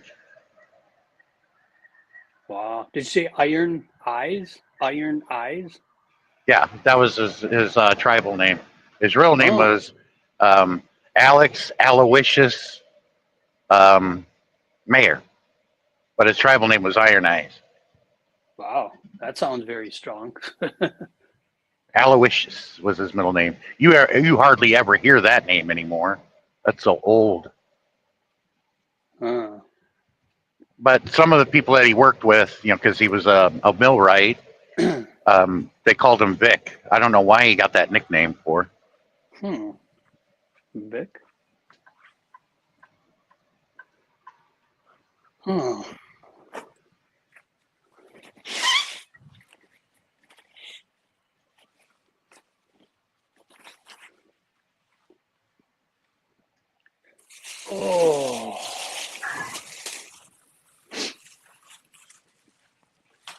What's your destination today?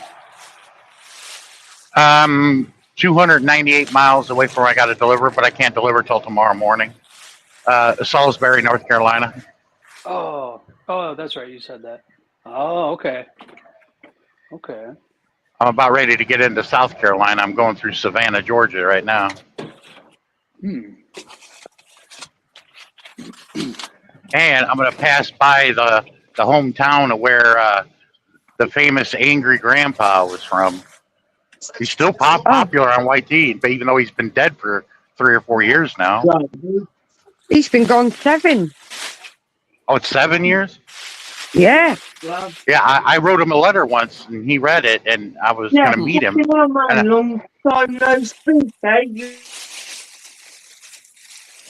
Matter of fact, I'm going to try to go to that pilot that he stopped at in a lot of the videos he did. That pilot I've been to. He went and would get a coffee and every now and then, and he'd fart in the parking lot. I'm going to try to go to that pilot. Oh, yeah, that'd be wicked, because I like Angry Grandpa. So he was I'm not familiar with him. Was he a famous YouTuber? Yeah, because of his son, Pickle Boy, Michael, would always aggravate him and do videos with him and everything. Oh, okay.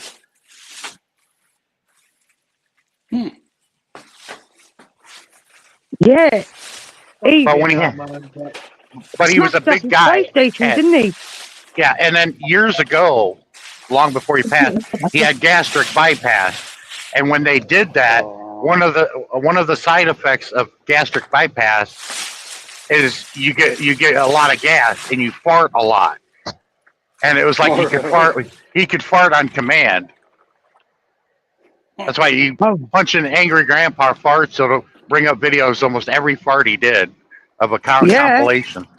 And some of these farts you would hear, it's like you even feel relieved. It's like Jesus Christ, you know. Yeah, he'd stamp his feet and all, didn't he? And each stamp of his foot, he'd let a fart go. Oh yeah, he did that during Easter once. That's funny.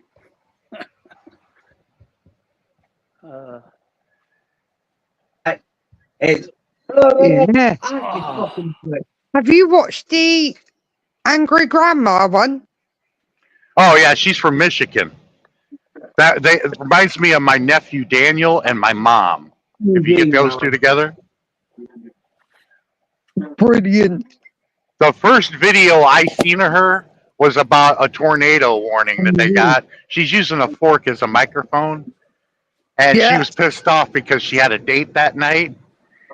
And she was like, God damn it. He goes, I was looking forward to getting my butt cheeks clapped. I was like, oh, that was hilarious. I tell you, them two, her and her grandson, But what I'll do is, dude, is he don't have to wind her up. Go anyway. Made me laugh when she was at his house. And Yeah, I she showed- sat on the swing bed. And he threw a bloody stone and cracked the side of the building. And she almost crapped herself and went through the bloody seat. And then she said to him, I've pissed on myself. And she was stuck in it. And he When I just got first- out for laughing. It was like about 4 or 5 years ago, I started watching Angry Grandma. And I'm the one that said it before anybody else did.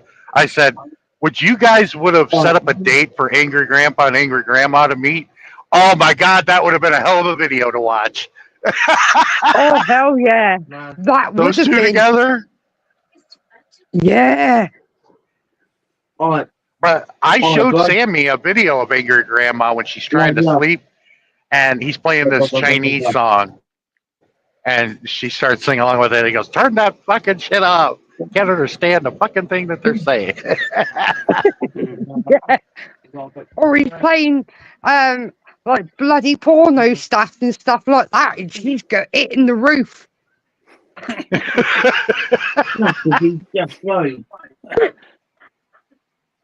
She cracked me up. Even my mum likes watching Angry Grandma. She sits there wetting herself laughing at it. When I'm not, when I'm holding my breath. But then I'm Yeah. But Mum liked Angry Grandpa too. She used to watch him. Yeah, but he treated his ex-wife poorly. That's why she ended up leaving him. That was Michael's stepmom. The funniest thing they did was when they made he had a bad cold and he couldn't breathe out of his nose, so they had him do the neti pot thing. It's like, did they? It is real, but he's supposed to tilt his head sideways and lean over the sink. No, he just tilts his head back and it goes right down his throat and chokes him to death. You hear the water going down his lungs. He's like, and all of a sudden he goes, I shit my pants.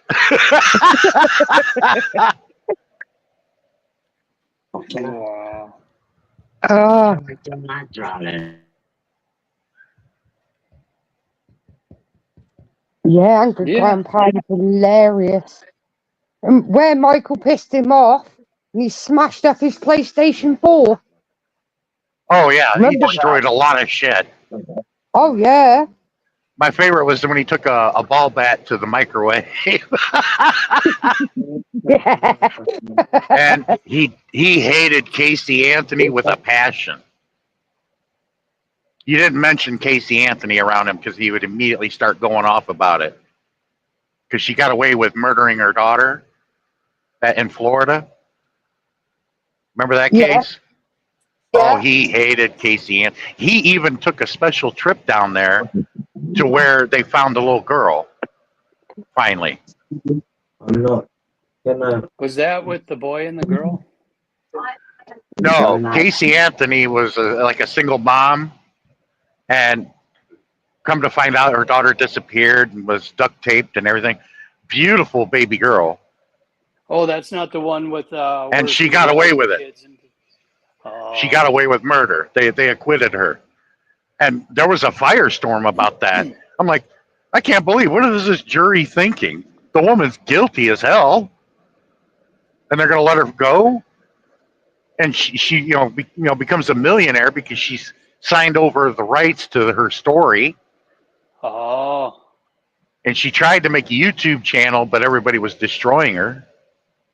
Oh, she did. Yeah, there were some guys that liked her. I said, dude, you just want to, you're just going by the image. You just want to fuck her. That's all y'all want to do. And y'all are a bunch of sick fucks. I wouldn't touch her with a 10-foot pole. I don't care how good looking she is. She's a skank hoe in my book and a horrible mother. Because I Although, got you kids know, of my own. There is a thing. There are, whether it be a male or a female that goes to prison, there are a lot of people that like to have a relationship with those people. Yeah, Even if you're especially, not famous. yeah. Charles Manson was another one. Oh yeah, yeah. That was a true to life Harley Quinn Joker thing there. He had a female attorney, and then she ends up having sex with him right there in the cafeteria where you meet your guests or whatever. Oh wow. The hostess station. oh.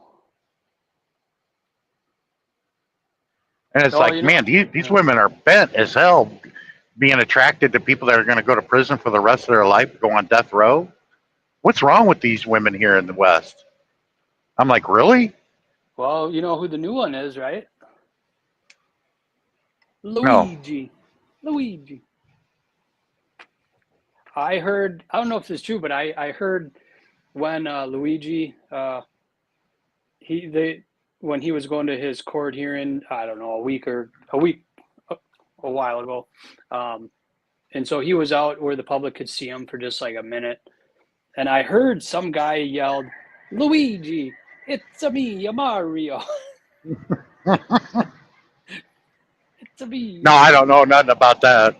I heard that's what actually happened. I don't know if it's true, but every time I think about that, I just crack up laughing.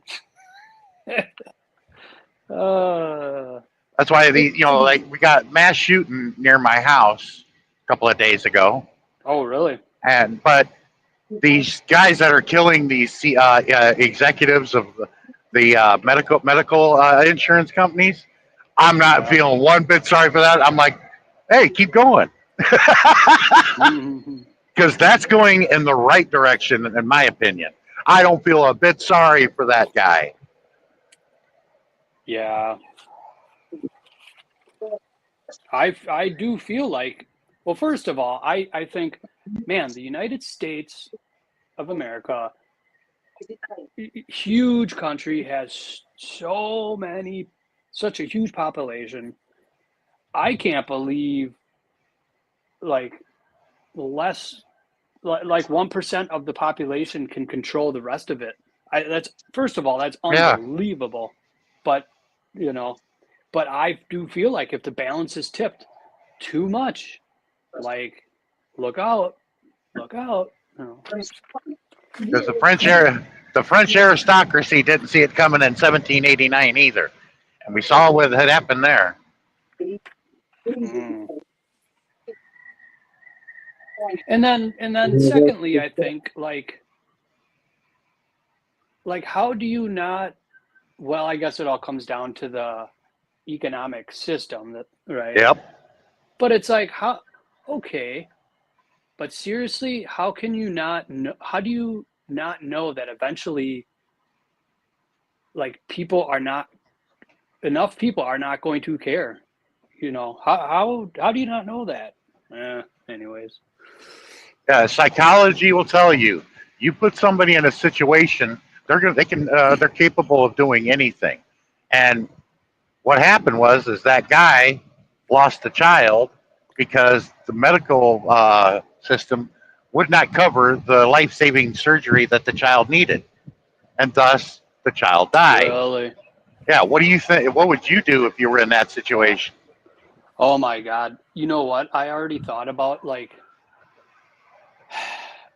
I can absolutely 100% understand. Like, imagine if someone you loved, someone in your life that you loved, whether it be your grandma or your granddaughter or your own child, you just love to death, and something like that happens where they were denied some sort of care and now they're dead. Like, and I can see how nothing else matters.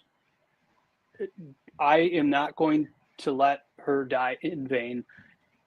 It could be your mother, your whatever. Like, love is a real thing, man. And some people, we all deal with it in different ways, but I can absolutely understand that. But it seems like what do you call that? So class something, where there's the different classes that we have economically. That's not that's not cool, man. I mean, I can understand, like, oh, you have more money, you have a different job, so your lifestyle is different, this, that, and the other. But I think it's to the point where it's just such a wide gap now. It's like, how much Well, you farther got can it people be that pushed? you don't hear about this much, but there is a wide variety of people that need things done, and they frantically bankrupt the entire family just to get that treatment for that child or whatever they need. Everybody that runs into this issue, and I tell people, I said, yeah, be thankful that you don't have to deal with that, but just say what happens to one of your children, and even though you have the best insurance that's available, they're not going to cover everything, and you're going to go bankrupt. That's our system.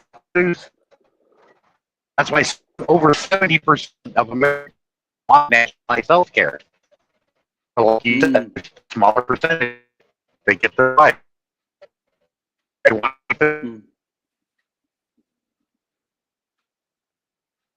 to celebrate and maintain a billionaire lifestyle for so few people. And they do absolutely nothing. Yeah. It's like, oh, okay, I do understand. Like, if you work, like, you invent something, and you work very, very hard at something, and you become successful because of all your hard work, and you reap the rewards. I understand that.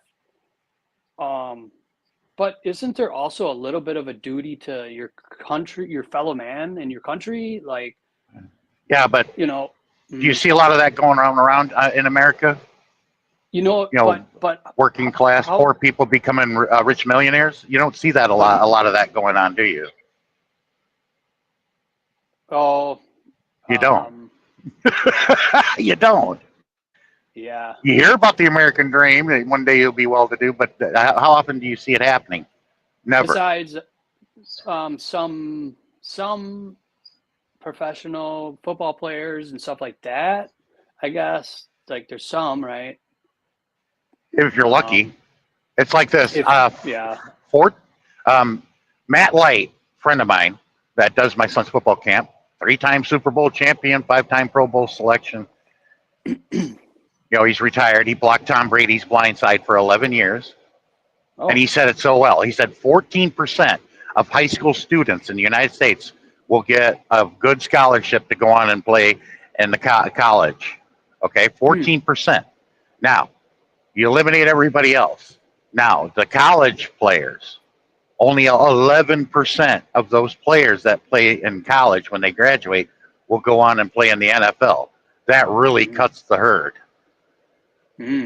Oh. There's so few things that they look for in when they hand out scholarships to scouts. There's so few things they look for. I do know one that's going to get one, and that's Noah Finkbein. He's graduating with my son next year. He's going to get a full ride. The Ohio State, one of the major universities, is going to pick him up because that kid is good. Oh, okay. A lineman or No, he's a ball carrier. He's a receiver, running back type. okay. Wow. That kid can play. That's cool. Damn. And there's a possibility my son could probably see one because BYU was already looking at him as a junior. They thought he was a senior because he's so big. Oh, okay. And he had to come over and talk to the parents, and he talked to me. Oh, yeah, that's my son, Junior. And when I saw the logo on his shirt, I thought it was Yale. It was a ovular blue with the letter Y that was in white in the middle. I thought that meant Yale, but no, that was BYU. Oh, okay. Because I was telling my brother Jack about this, and he goes, "No, that's not Yale." I said, "It looks like it." He goes, "Yeah, I know it looks like it, but that's BYU." Okay. Yeah, my brother is a Hoosier.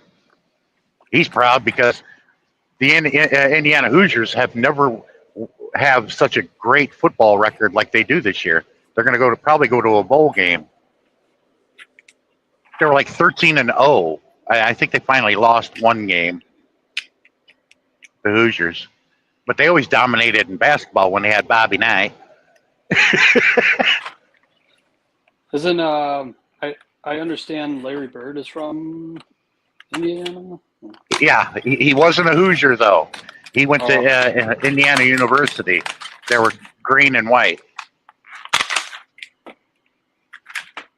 and he ends up. Yeah, he ended up getting drafted by the Celtics. Yeah. Is he still alive? Oh yeah, Larry Bird. Yeah, Okay. he almost took the Pacers all the way to the big dance, but didn't pull it off.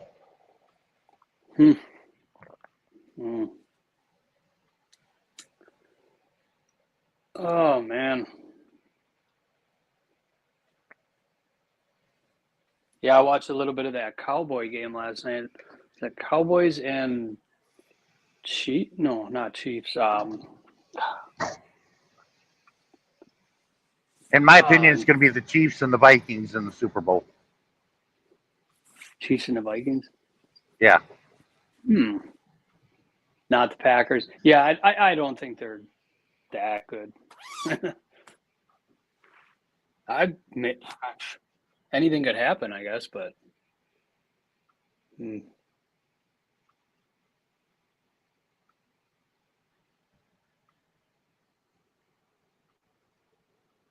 Yeah, it was only twice that I've ever had former Governor Jesse Ventura respond to a message I put. That was way back when the Super Bowl was going to be held in Minnesota, and Minnesota was actually almost going to make it to the Super Bowl, and they would have been the first team to have home field advantage in the Super Bowl. I said, if they make it, you going to go, Jesse? He goes, you damn right. Because at that time, he's living down in Baja in Mexico. Oh, okay. Baja. Oh, yeah, Jesse's all about Minnesota. Yeah, he was the governor, wasn't he? Yeah. Yeah, and I was like, hey, Jesse, I'll give you free tickets to the game, luxury booth. You need to announce the game. You know, everybody would have loved it. Jesse Ventura, you kidding? Heck yeah. You'd be doing color commentary, Jess, because he's real good at it.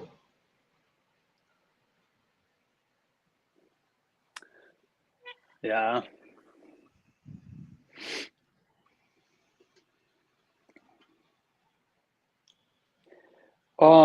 Here where I live, there's a winter weather advisory. Well, it's supposed to start at 3 a.m., but looks fine. Now it's supposed to start at 9 a.m., but that's why I'm glad I'm south. I'm down here in the south. still looks fine. So, yeah, right. Yeah, I don't see any snow. Looks like it's green. And Yeah, no storms in the area, huh? Yeah, I got a 34-hour reset while waiting to get this OJ load, and I got the hours, so I'm like, I deliver tomorrow. Yeah, give me a load from North Carolina out to Chico, California. The Sierra Nevada beer, because in Henderson that's going to be treacherous to get around there because the highway's still been washed away. Henderson, North Carolina has Sierra Nevada beer, and I've taken it from there to Chico, California, and vice versa. Okay. And I'm telling them, I said, if things are clear, I'll go over Donner, but if things go south, that's exactly what I'm going to do. I'm going to go around. I'm going to go down Southern California and then come back up. I'm not going over Donner if the weather is bad, because I'm going to do nothing but sit anyway, and I'm not going to sit for days where I could spend a day or two and get around it. Yeah.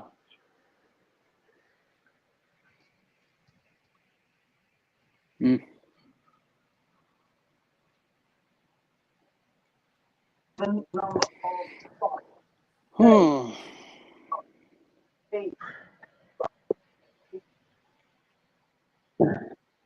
I missed the earthquake.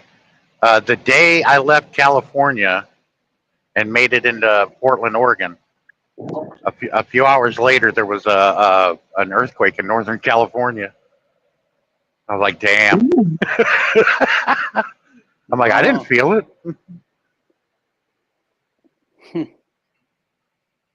Talk about lucky.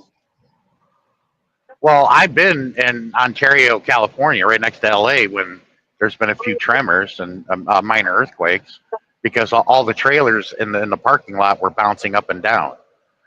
And I'm like, I know there's not girls working the parking lot, and there's no way them screwing a girl in their sleeper is going to make the trailers bounce like that. I said, that was a tremor or an earthquake, because you just started seeing the trailers just bouncing. Damn.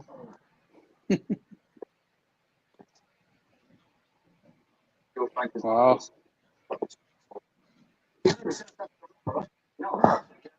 The only natural disasters I have not witnessed that are known to humanity is a tsunami and a volcano. That's it. I've witnessed them all.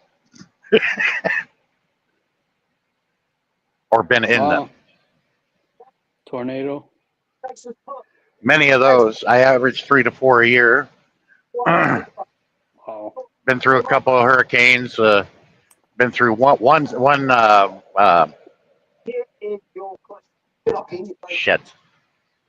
typhoon when I was in the Philippines. Well, actually two. I was flying around over it because we were diverted to Thailand for 3 hours, and then it cleared away, and then we got back on the plane and flew into Manila. Like, we're in Thailand, we're in Bangkok. What the hell are we doing here? Well, we got diverted because of a typhoon. I'm like, okay. We just hung out at the mall right next to the airport. Oh. And I couldn't get that song out of my head the entire time we were there. From Murray Head, One Night in Bangkok. Makes a hard man humble. It's about playing a chess game. And it's about the girls there, too.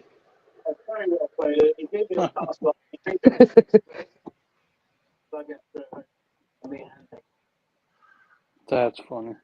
That's why, I hear all these Westerners talking about going to Thailand and going to Pattaya. I said, oh, we know you're not going there to see the temples, are we? Yeah, we know what you're going there for. The food. Bullshit. Because a Big Joe is one of them. He went to Thailand. Yeah, he went to Pattaya. Knew exactly what he was going for. Now he's in the Philippines. He went to Angeles City. And there's only one reason why a Westerner would go to Angeles City. And everybody already knows the answer to that without even me saying it.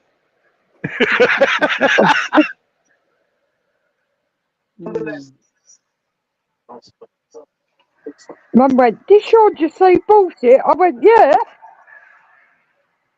Started laughing.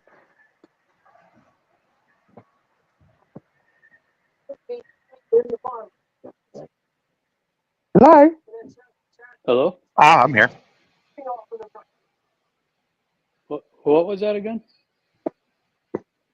My mum's laughing because Sean said bullshit.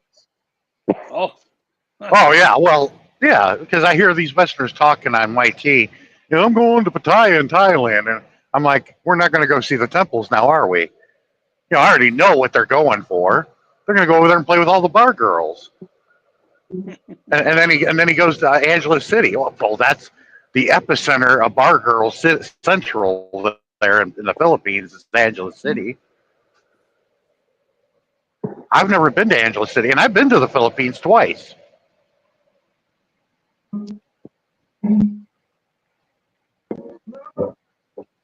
The closest I came was Quezon, where my cousin lives.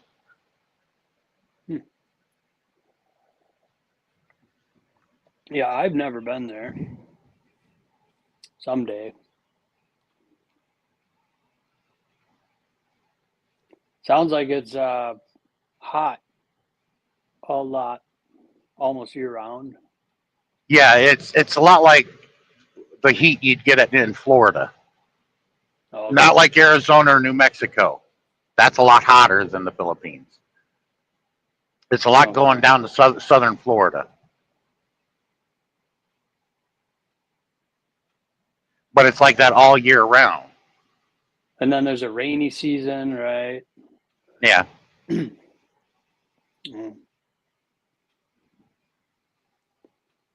Yeah, someday I'll make it there. Don't know when. Going to Dumaguete? Yeah. Yep. Go there.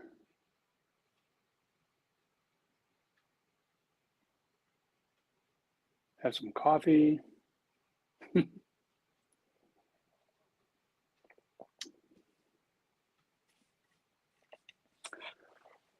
Oh, I hope that. What do you think?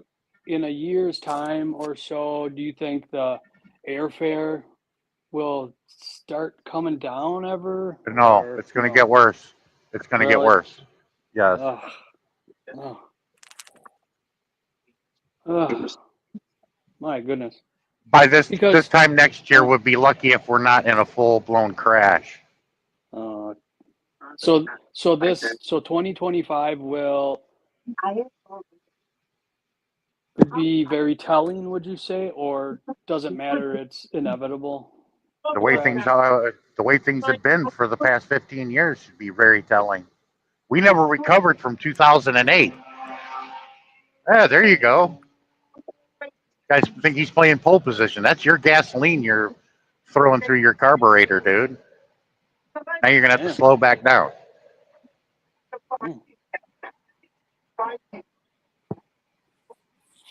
Yeah, here in a mile or so, we're probably gonna see an accident or see the aftermath. Somebody driving like that on the internet. Is that a car or a motorcycle? It was that red car that you saw pass me. I wasn't directly looking, but I seen like a flash of red though. Yeah, my goodness. That was a red car. Okay. Or you might see maybe he's being chased by the police, huh? That you probably seen that a time or two. Oh. Yes, I would have seen blinking lights, and that flatbedder would have stayed beside me, and we would have blocked him in and stopped traffic where the police can get him. I've not done that before, but close. I had blocked a 2-lane highway to stop this guy with all of his tires blown because they put down spike strips from killing somebody. Yeah, After they popped all of his tires, he could barely go anywhere. So I ended it. It was a stupid thing I done. Oh, really? But I told him, I said, I'm glad you stopped because if you had hit my truck, I would have pulled you out and whipped your ass before the police got to you.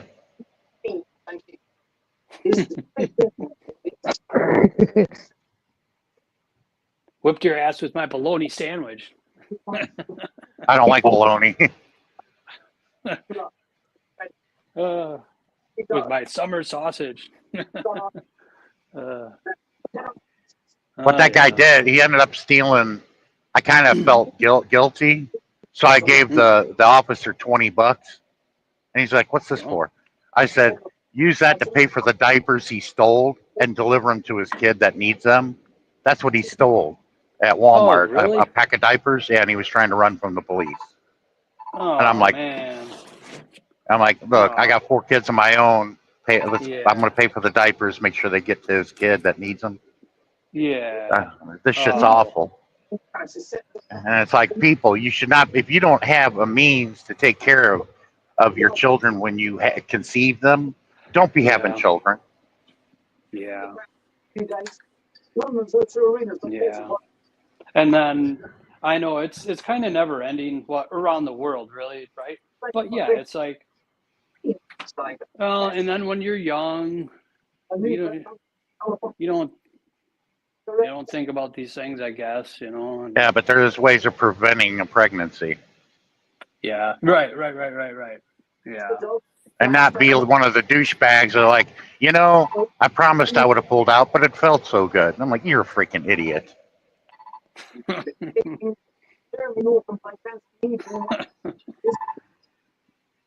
Well, and that's believable. That's very believable.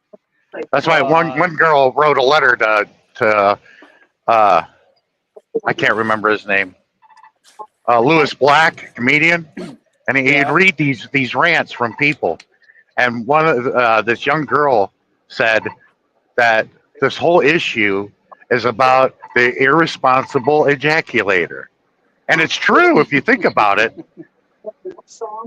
He goes, if we wouldn't have irresponsible ejaculators, we wouldn't have unwanted pregnancies. Can you irresponsibly ejaculate? Yes, you can.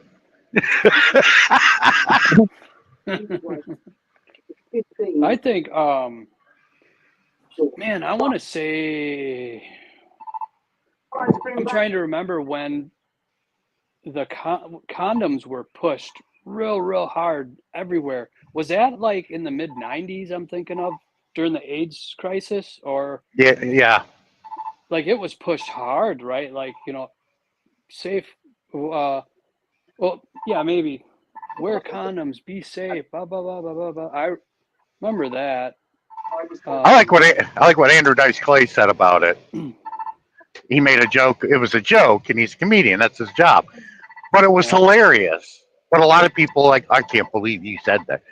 And then here's exactly what he said. And everybody thought this because that's when the gay movement exploded, in the news and everything. It was always going on, but they thought it was started by gay people, the AIDS virus.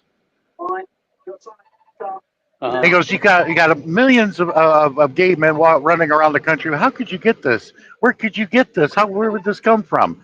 And he's like, if you're walking around with shit down your dick every day, you're bound to pick something up. I mean, it's something to think about, but I don't think that's the issue, the cause. It's like ridiculous. But that's his job. He's a comedian. Yeah. I like comedians who will touch, like if they decide to say something political leaning, where they'll go one way a little bit, but then they'll also go the other way a little bit. I appreciate that, because then your entire audience, you're given a little this way and a little that way, and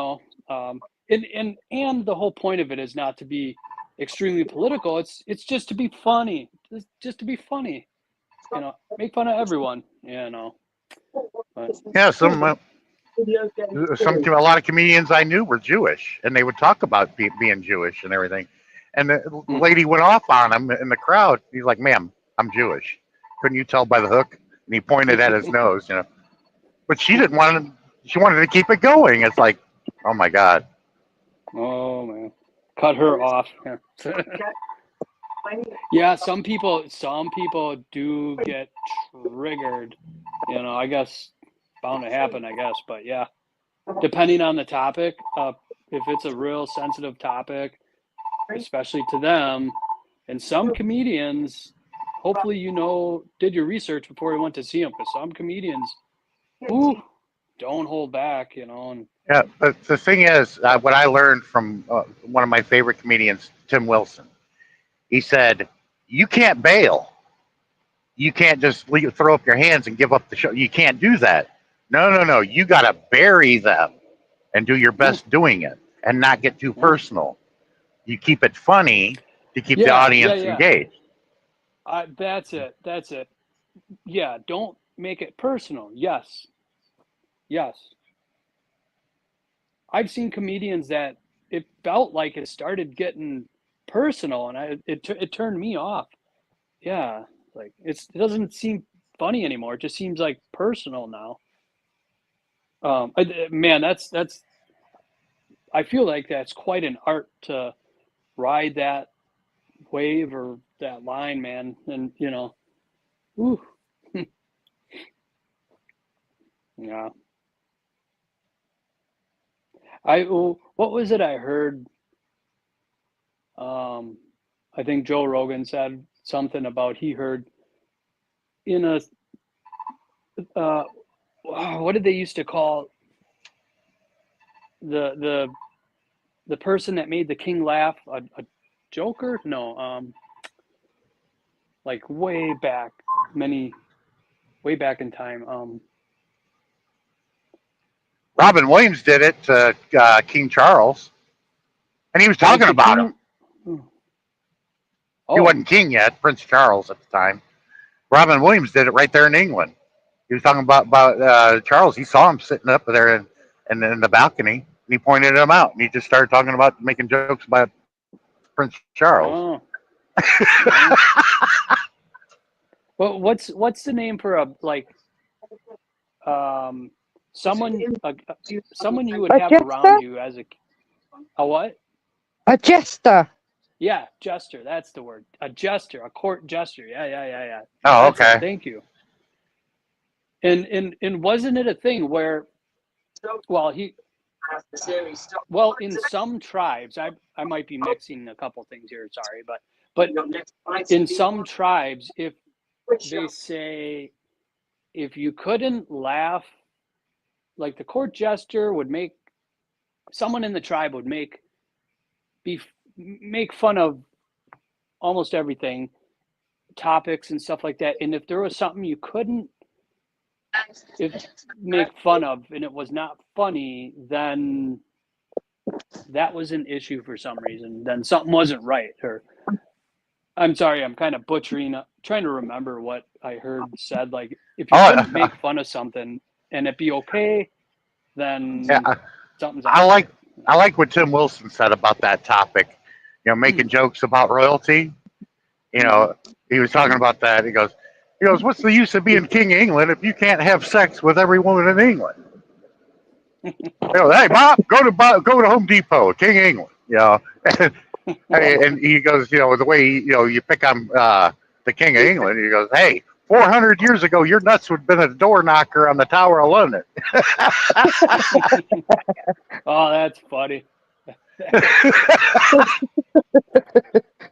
And no, man, it's funny too because I never thought of it that way, and then to quickly visualize that's hilarious. That's hilarious. Oh man.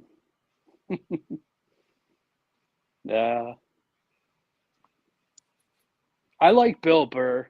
I think he's hilarious. I don't always agree with him, but I feel like he goes this way and that way, just right. I feel like, but just his. A lot of my a lot of my joking talent was learned and just came naturally as I got older by being idolized by Robin Williams.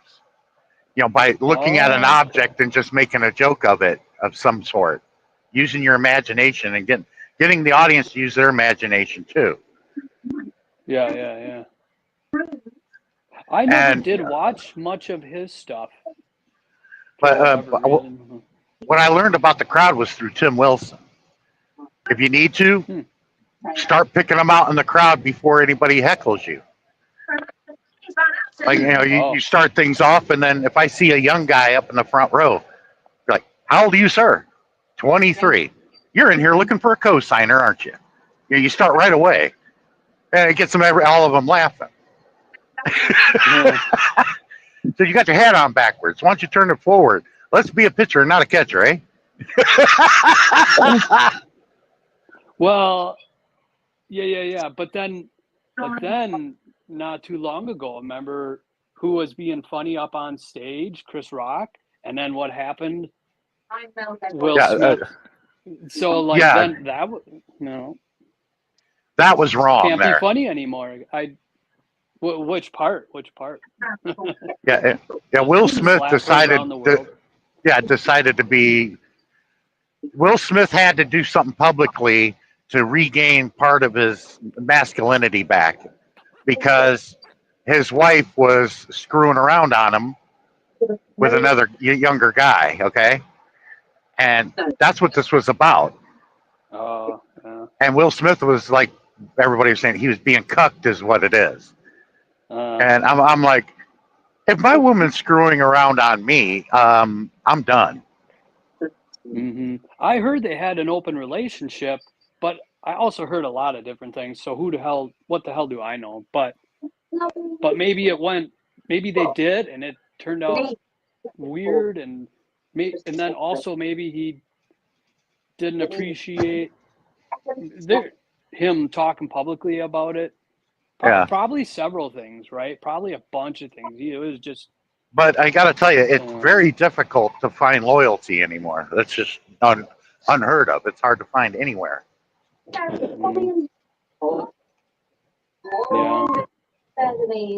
I agree. And I'm far from perfect, but I still agree with what you said. Hard to find loyalty, yeah. Here in the West, anyway, as far as I know. Well done. Yeah. Very good. Okay, Lawrence, you are up. Look at that. See you. Yeah. Lovely banana round. Look at that. Oh, Lawrence, things used as Christmas decorations. You ever been to this place? I'm in Fond du Lac. I think it's towards Milwaukee or Madison or something, but it's called the Pine Cone Truck Stop or something. I think I've been there. I think it's something like that, but Sun Prairie, I don't remember now, but me and the wife went there and the granddaughter went there maybe like a year ago, but we're thinking about going again in a couple of weeks because they have pretty good food there. Some truck stops do.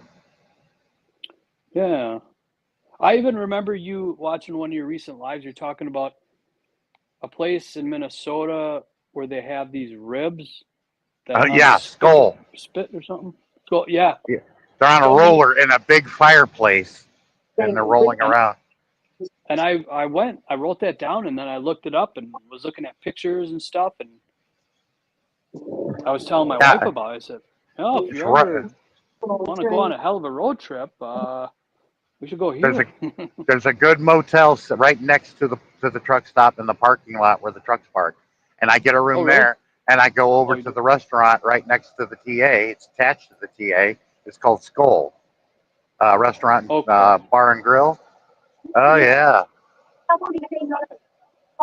And you said the ribs were delicious, right? Yeah, it's in Albert Lee, Minnesota, exit 11 off I-35. There you go, Gracie. Okay. Okay. Yeah. My wife used to live in Minnesota. Probably like 30 years ago, or something like that. Long time ago. And she loved it. Just about everybody who lives in Minnesota is of Scandinavian descent. I mean, tall women. They're very common there. I was seeing 6-foot blondes everywhere in Minnesota. Really? Oh, Oh yeah. oh, oh. Hmm. I mean, what is their nickname? Land of 10,000 lakes or something like that. Yep. Uh, beautiful, lots of lakes. Yeah, I've never really. I don't think I've really ever gone there ever. Maybe I clipped part of the state driving somewhere else. That I don't remember, but I've never really gone there for anything. You know? It's not far off I-90 when you get on I-90 and you come across I-35. You just take that south for about 30 or 40 miles, and you're right there in Albert Lea. Okay. Okay.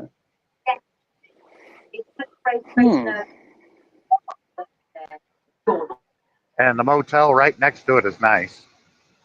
I usually get the room right Okay. by the emergency exit, well, the outer door. And when you go out that outer door, you go out my room. It's 100. You go out the door, go left about 4 feet, and you're out the door, and you're looking right at the side of the restaurant TA, and you look to your right, and there's the fuel island in the parking lot. Okay. Okay. Damn. 100. Yeah, you know what? Here, where I live, Fond du Lac, they have a Quick Trip truck stop it's new. I mean, it's been there for a few years, but it's new to our area. And holy Christ. I mean, it's right next to 41. So it's not a surprise that it's so busy, but it looks like they're putting like a 30-foot addition onto the back of it where all the truckers park. Because right now, all the truckers have to come, if they want to come into Quick Trip, they have to come in through the front door, just like everybody else. There's no back door, which, very congestive that way. So I wonder if they're adding on so truckers can come in the back, and then there's a little spot for them to sit, or then they can go to the showers another way, because it's so busy there. Tammy, come here. I know you're muted, but were you in the with me in a live stream I did when I was in Plainfield, Wisconsin, right off I-39, exit 138? I think so. There was that small truck stop on the other side of the interstate, and on the other side is the cemetery where Ed Gein is buried. Yeah, yeah. I've Okay, done that one. yeah. If I wish I could go over there and show everybody the actual grave site. It's just on the other side of the highway. It was about a mile to walk though, and I can't get my truck in there.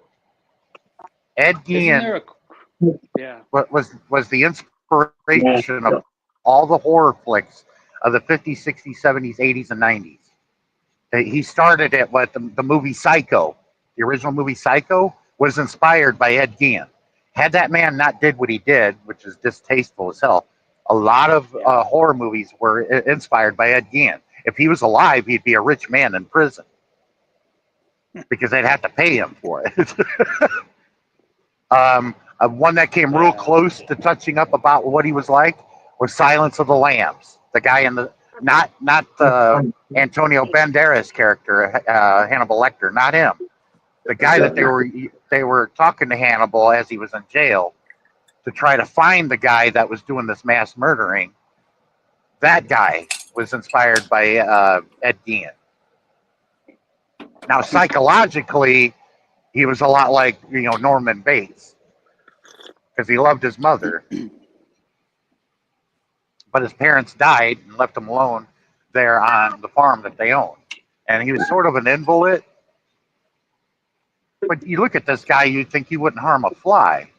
But man, he was weird, man. He made chandeliers with skin, and he would make, the woman that he killed, he would dig up dead bodies in that same cemetery that I would be parked near, and he would make a suit out of women's skin, and he would put the skin on and act like a woman. That's where they got the idea from Silence of the Lambs. See, Ed Gein was the inspiration of Leatherface and a lot of others. That's why they're telling these people the Texas Chainsaw Massacre was not real or a true story. it was inspired by Ed Gein, but that was up in Wisconsin, not Texas. Yeah. I enjoyed that stream. Yeah, one day I'm going to try to get over there somehow, right there at the gravesite. Oh, that'd be wicked. Yeah, That'd isn't be there a really quick trip right interesting. over there where they have a semi truck hanging vertically next to the sign? Oh yeah, I think it's that's a truck. It's a truck repair shop, and they sell Oh. trucks, new and Oh. used trucks. I remember that. We used to come every year. Tomahawk, Wisconsin has a motorcycle fall rally or whatever. And when I used to ride motorcycle, we would go from Fond du Lac to Tomahawk, and we would pass right through Plainview, and then we'd jump on the interstate right at that point. And right before we did, we'd pull over. There's a bar right there, and we'd stop and get something to eat and drink and everything like that. And right before, you can see the interstate. I forget the name of the bar, but if you want, where you lean your arms on the bar is a piece of wood, and if you want, you can engrave your name with a knife, or they have a wood burner. And then as it fills up, they hang it up on the wall.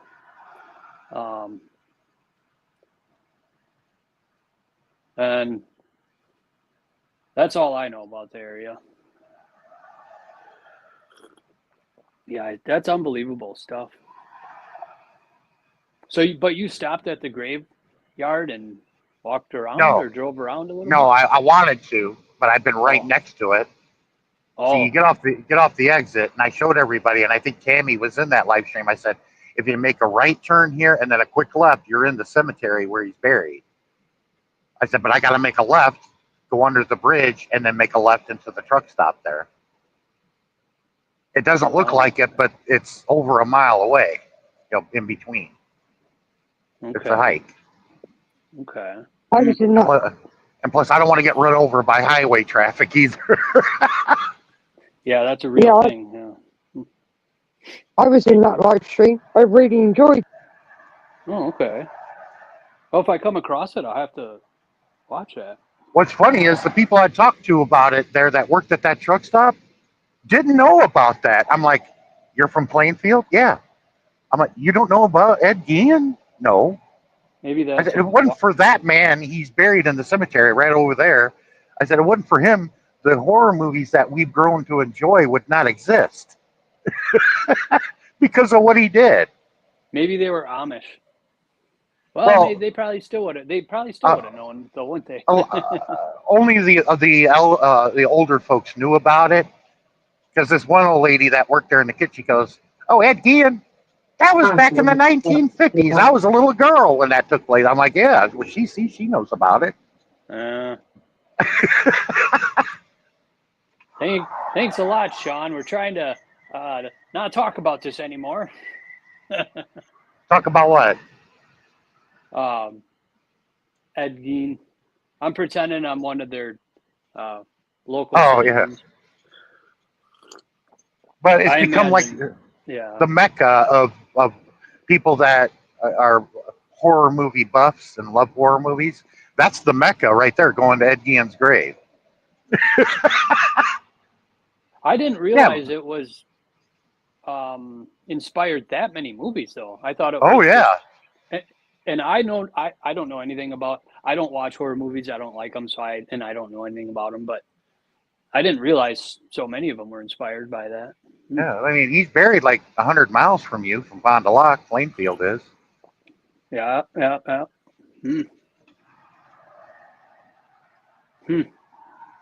That's crazy. It's about an hour and a half drive to you, from you. Yeah. Yeah.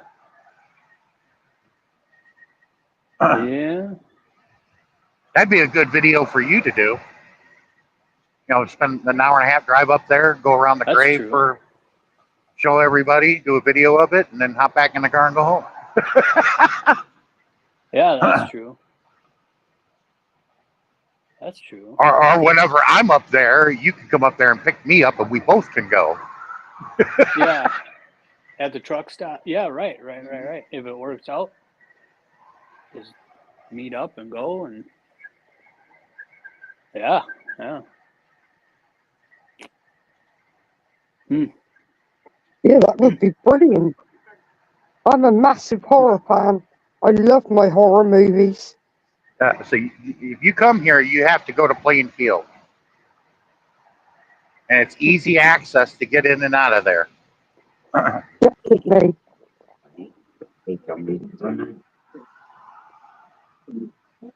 Definitely.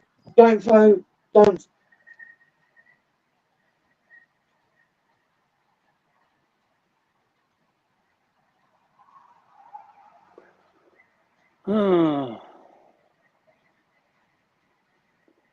Yeah, I didn't watch movies growing up at all. Oh, I did. I was a movie buff ever since I was a kid. But when I turned 18 and could watch, grew up in a strict Christian household and all that. And so, but then when I became an adult and could watch anything, I just never really cared for the horror movies or even even thrillers, or even when my wife watches these Lifetime movies where they put this annoying music in the background, and I just just not my thing. I guess it's supposed to be like annoying and scary sounding, but it just drives me nuts. So I'll just listen to you guys talk about it. Well, a lot of your black comedians touched base on that. It's true.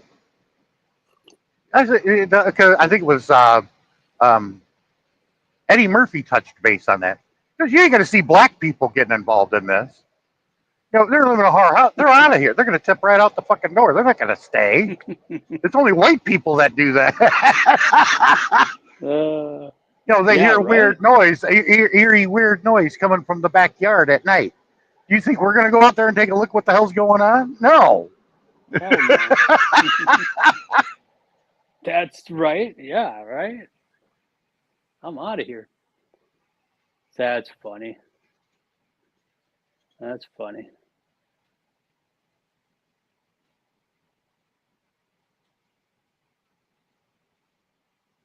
Is there hey Tammy, is there what do they say is best to do if someone has passed away in a house you want to buy or an apartment you want to rent? Is there a certain, or maybe you know this too, Sean? Is there a certain type of ceremony you perform? It depends. If the person that's passed is doing certain things in the house, to let you know that they're still there, then you get some sage, and you light the sage up, and you burn that in every room of the house, but you have the window open, and you make sure you get all four corners round the door frame, and then you do the window last, and it pushes the spirit out the window. And while you're doing it, you say the St. Michael's prayer. Okay. And it stops the spirit from coming back in then. Okay. Because I've done a lot of paranormal investigations over in the UK. I've done the UK's most haunted prison. Wow. The only part of things like that I'm interested in is, have you ever heard of Art Bell? Yes. And I think he's passed away many years ago, but I used to listen to that show. It'd come on at midnight.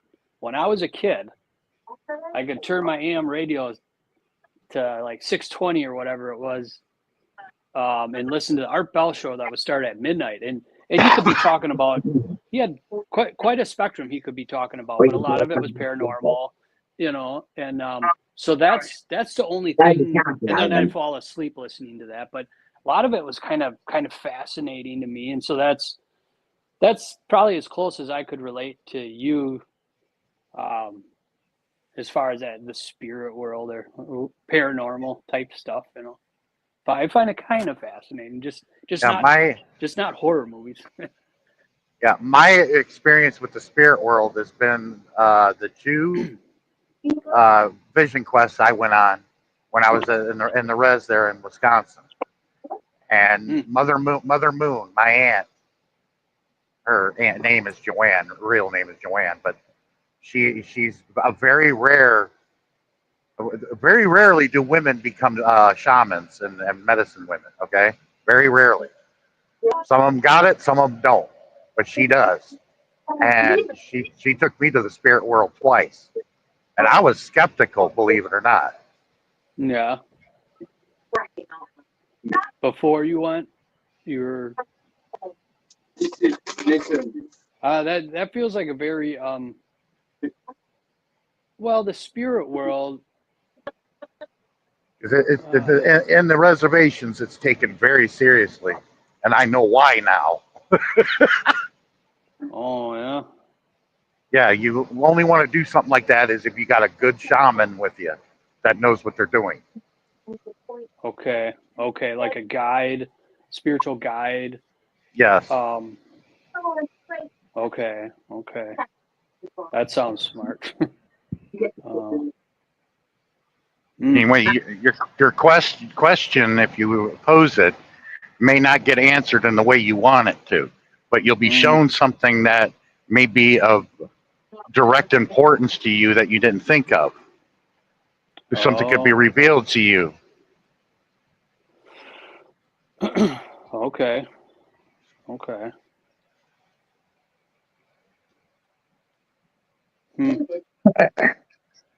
I've seen a few things while doing the paranormal. I've seen at least 3 shadow figures. Wow. Like when you're going through a house or a prison or something like that? Yeah, I've done forts, I've done jails, I've done tea rooms. Wow. But the prison I done, which is the most haunted prison, it dates back to the 1600s. Wow. And they still got the original 1600 cells.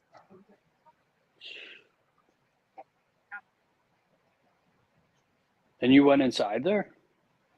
Yes.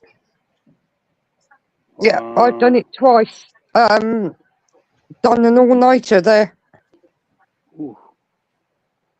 I'm guessing that means you probably don't go to sleep, right? You want to stay up the whole night, right? Yeah. Okay. And it was in B Wing. I went to go up the stairs onto the second floor landing with all the cells, and something rushed me on the stairs. Wow. And I got to the top, and I couldn't move. Something physically stopped me from moving. Wow. So I come back down the stairs, sat on the table where the prisoners would sit round, and out the corner of my eye I caught movement, and as I looked up there was this shadow figure come out the cell, roll up to the railing, peered over the railing at me, and then darted off. Ooh. Man, wow. I'm just thinking right now, a prison. So not only are you visiting a place with history, but that's where some of the most evil spirits have resided. Yeah. I'm thinking about that now. Like, it's one thing to go into a haunted house where a few people maybe have lived, but a prison where many people have come and gone and died there. And wow, Ooh. Yeah. And during World War II, in that prison, we had American military come in, take over the prison, and built another execution room. And in the end, over 700 American military was imprisoned in there. 13 of them was hanged, and 2 was murdered by firing squad, executed by firing squad. They still got the bullets in the walls Wow. because they were murdering other men in the military unit. So they were sentenced to death, and they still got 7 prisoners that were executed in that prison, buried in the grounds. The war will Wow. screw everybody up mentally. And even to this day in that prison, you can hear the American soldiers in A-Wing.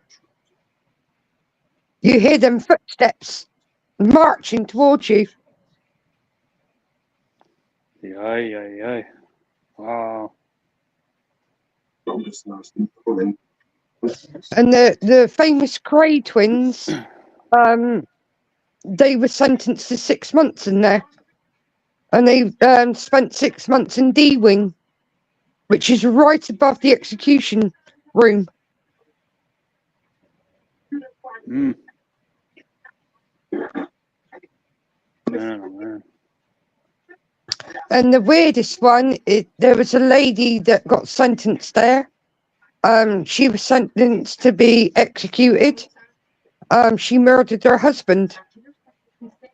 And she requested to be hung in her wedding dress. And it was granted. And they gave her wedding dress. And the day of the execution, they went into her cell. And they found her dead in bed. And the Wow. autopsy doesn't show what she died from. To this day, they still have no clue what she died from. What was her cause of death? Mhm. Wow. And she's known as the Lady in White. Oh, that's interesting. The prison at the time, in the 1970s, they actually had a paranormal team go in because this Lady in White was scaring a lot of the prisoners. Wow. That's very eerie.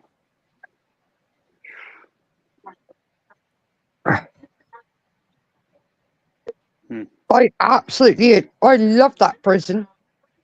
It's really creepy though. Really creepy. Mm-hmm. Wow. We had people go up in D-Wing and they thought it was one of us messing about. They literally had footsteps running at them.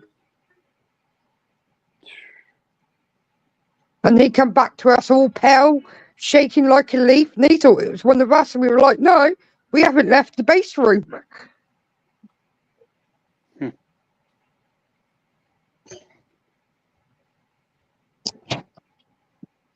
It was like the one I done at the tea rooms. There's this cupboard, and there's a spirit in that cupboard. He's not very nice. He affected me. My heart felt like it was going to pound out of my chest. I've asked him, look, what do you want out of here? You can have it. I just want to get my coffee. What are you guarding? The coffee, or what's going on here? Here's some sage. It was really weird, Sean, because you have the 3 rooms I was fine in. It was the minute I stepped towards that cupboard and I stepped inside the cupboard, my heart started going. Wow. And every time I said something, it set my REM pod off. I placed my REM pod in the cupboard and it kept going off. What's a REM pod? It's a device that you place down and it lights up and makes a noise, but you have to touch it, physically touch it to set Oh, it okay. off. Yeah, the boys have that. They're on YouTube. They're called the boys. They visit a bunch of haunted places, and they also gave my son and his friends that idea, and they wanted me to get involved. Going to low-rated restaurants and having the food. It has to be 3 stars or less. You'd go to these awful restaurants and have the food and try it. On Boxing Day 20. But it's like where I live, Sean, the harbour. You often hear American soldiers down there. They were sat upon, and they were all killed. And their bodies and that was found floating in the harbour. That's weird. And they're heard quite often down around that area. And I'll tell you what, it's creepy at night time down around that part. Because all of a sudden you're there all on your own, and then the next minute you're hearing all this whispering. And then footsteps, and there's nobody else around you.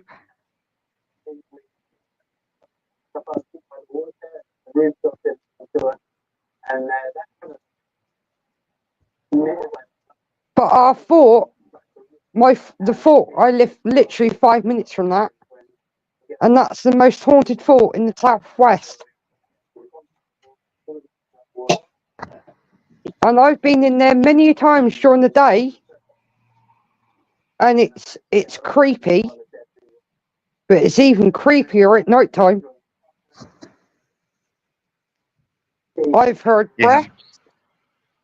I literally got growled at. The experience of the Yeah, Literally growled at me. Yeah, for 5 years I lived, not but 100 yards from one of the side gates to the cemetery where the Wright brothers are buried, and there's other well-known people buried in that same cemetery. Oh wow! And I heard a lot of stories about shit that happened down in that cemetery because a lot of teenagers would go up there and hang out in the middle of the night and smoke weed and drink some alcohol, which is illegal as hell, but they would do it. Yeah. Time enough in the cemetery and the grave. I don't have any desire to go up there. Now, to go to see Ed Gein's grave, I'd do that. Heck yeah. I bet you get quite a few views on that one. Oh, yeah, there's been a lot of people already done it on YT. It's like the cemetery not far from me. Nobody will go in that cemetery once it gets dark. Yeah, there's a few channels that people visit, famous people's vault or wherever they're buried. Yeah. Because one of the last ones I saw was where Haystack is buried. Yeah. Yeah. Is that the Giant Haystacks English wrestler? Yeah. Oh, yeah. Yeah, during that documentary, there's a short documentary about him that at the end they showed his, headstone and everything. It's beautiful, isn't it? Mm. Bro, if I ever get up near where the British Bulldog is buried. Oh, he's buried over in England? I didn't know that. I thought he would have been buried in Alberta, Calgary, Alberta. Because that's where he was married to Diana, Brett the Hitman's sister. Yeah. Yeah, no, he's buried in Manchester.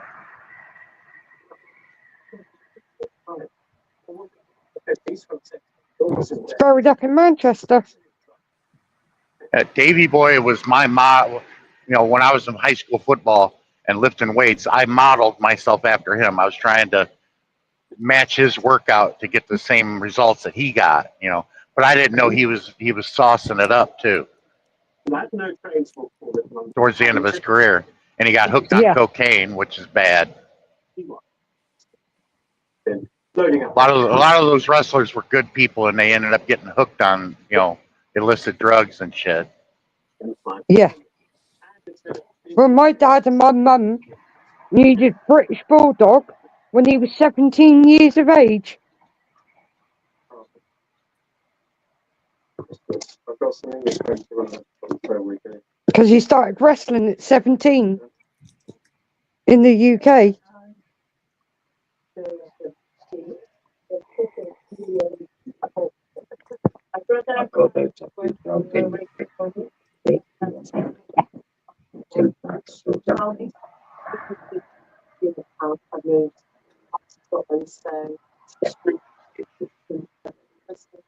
You will have that, mate. I'll have that. The sausage roll.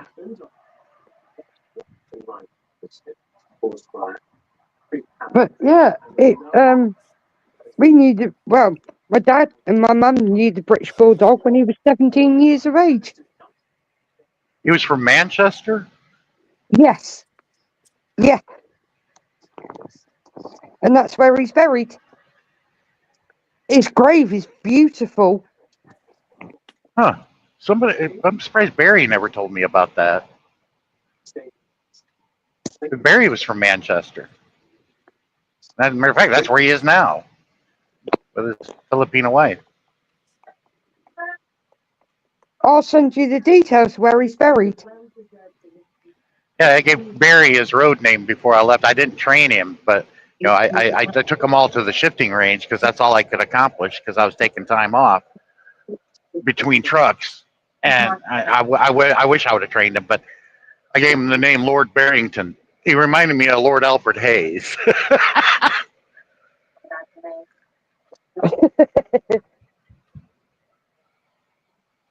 I'll tell you where he's buried.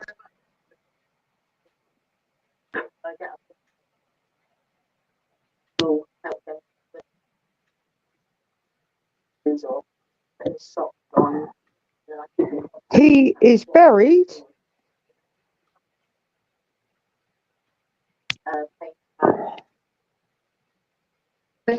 All Saints Roman Catholic Churchyard in Metropolitan Borough of Wigan, Greater Manchester, England. Man, that's a mouthful. And you can't miss his grave. It's got the photo of him on it.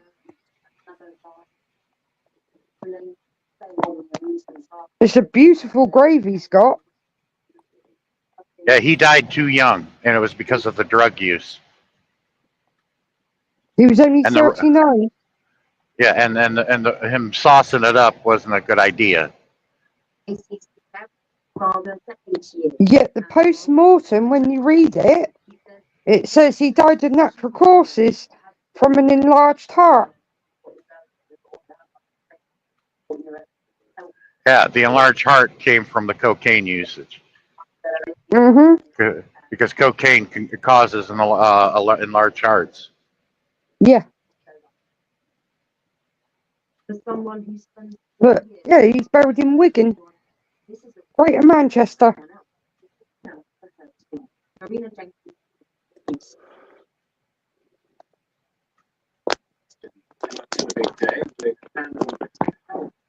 Also marking Which I was quite surprised when I found out he was buried in Greater Manchester and not Canada.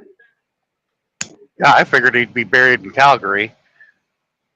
Yeah. You know, his wife and kids live in Calgary. The Hart family was huge. You know, Yeah. That's why a lot of them became related, even though they were tag team enemies. You know, Davey Boy Smith, was related to Bret Hart because he married her sister, and Yeah. Bret Hart's partner, Jim the Anvil, married the other sister. Yeah. So that is 103 years ago, yesterday. Two or three nights for about 8 years Oh, bless now. her. A lady in a nursing home. The Hart family. I'm sorry. That's all right. Well, I was A saying that lady. the Hart family in Canada, Calgary, Alberta, Canada, was their version of the Von Erich family in Texas. The Von Yeah. Erichs was a big wrestling family also, and they had the WCCW in Texas. Yeah. And the Von Erichs controlled that. They were a big wrestling family, just like the Hart family. They had Stampede there in Calgary, which was big, bought out by Vince McMahon also. All right, go ahead. I'm sorry to interrupt you, Tammy. No, you're all right, Sean. Just saying, there's a lady celebrating her 102nd birthday today. In England? Yeah. It was just about a month ago, we had a gentleman that just passed away at the age of 112. That's old. Imagine the history he's seen. Yeah, but imagine his life. Everybody he knew is dead. Yeah. Been like what's his name? Burgess Meredith in the movie Grumpy Old Men. He goes, according to the experts, I should have took a dirt nap 30 years ago. I think God forgot about me.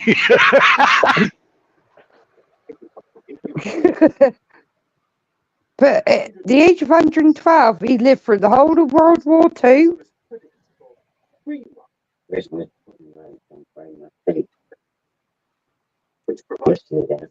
That explains why I was seeing a lot of people in Santa's uniforms dressed as Santa's yesterday. I'm like, what the heck? See, it was a Christmas pudding race on our beach. You had to chase the Christmas pudding. All dressed as Santas. I'll tell you, some of the things we do in the UK, Jesus. Oh, by the way, I'll be going through Charlotte. Woo! Every time I go through Charlotte, that's what I think about, is Ric Flair. Yeah.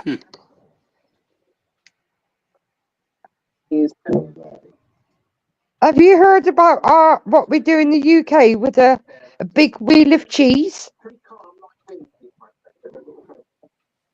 Every year they have this cheese thing where you get a load of people enter. Even Americans have taken part in it. And they chuck this big thing of cheese down a really steep hill. A wheel? Yeah, a big round wheel of cheese. Yeah. And they throw it down the hill, and then everybody runs down the hill after the cheese. And you've got to catch the cheese to win it. I mean, like, you threw the damn thing, you go after it. Exactly. People's ended up in ambulances with broken arms and broken legs. Because the flipping hill's that steep that they start running and they end up going full speed. Yeah, but how big is this cheese wheel we're talking about? A big cheese wheel. Yeah, you probably get squished by it and get killed. They end up injuring themselves running down the flipping hill. They end up going head over heels. Let's go watch that. That sounds like fun. You know what I would have done if it's a steep hill? I would have got me a glider and just jumped off the side and just glided down instead of running. I'm like, look at that. I'm more ingenuity, man. Look at that. I made it. I'm number one. Oh, that's hilarious. Mum just said you could lay down and we could roll you down it. But then you'd be dizzy as heck when you get to the bottom. Oh my goodness. Then we got the famous Dorset knob throwing contest. And I said, that's where you don't get hold of your neighbours and get to throw them. Oh, yeah, look that up for me. I've been always meaning to look that up. Look this up for me, Tammy. The reason why Yeah. Jim Neidhart got the nickname the Anvil is because he actually was an Olympian that was in the shot put, and he could throw. I want to know.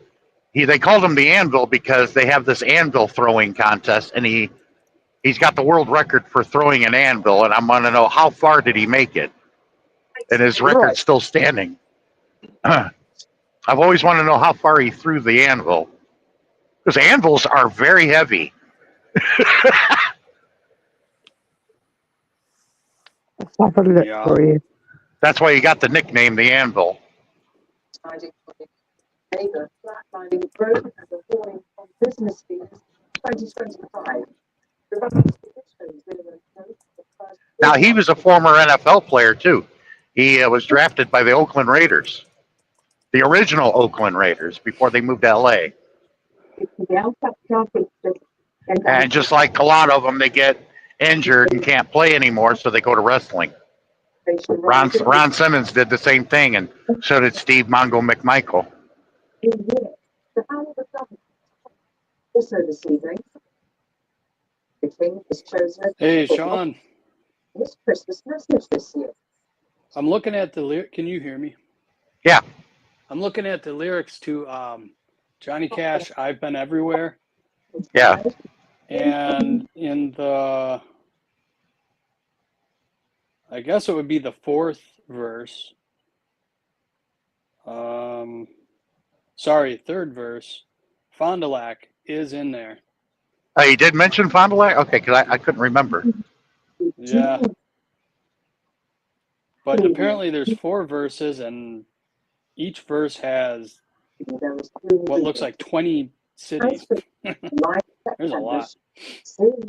But yeah, Fond du Lac, how about that, huh? Fond du Lac is in the 3rd verse. Uh-huh. Yeah, I think I've been meaning to do that. Whenever I stop at one of the places that he talks about, taking a photo next to the sign or whatever, and doing my own video of that song to show everybody that I've been everywhere he mentioned in that. That's a cool idea.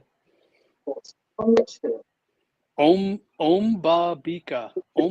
I never heard of that city. Last minute Christmas essentials. He goes, I've been to Louisville, Nashville, Knoxville, Ombabika. I've never heard of that one. That's a tiny town in Tennessee. Oh, it is Tennessee? Oh, Mm-hmm. okay. He threw it 11 feet and 2 inches. Does that record still stand today? Yes. Wow, 11 feet 2 inches. Jesus Christ. The anvils are very heavy. Yeah, it how weighed much- 100 pounds it weighed. Oh my God. Wow. 100 pounds. And he threw that 11 feet 2 inches. Because that's a big deal up there, throwing an anvil. Damn. Wow. The man replace the member of staff. Leave it. Christ, if he threw a wrestler that flipping far, they'd be in the crowd. Yeah, but he only stood like 5'8". He wasn't very tall, No, he wasn't. but he was strong. Like Popeye, huh? And his daughter Natalia is beautiful, but is a lot Yeah. like him on the inside. She loved her dad. She was a daddy's girl. Yeah. But I'm like, she's a lot like her dad, and I loved it. She hugged her best friend in the Royal Rumble, because there's only 2 left so far before somebody else gets called out. And when they're done hugging, she looks down, and then all of a sudden she slugs her and throws her over the top rope. And I'm like, that's just like the anvil there.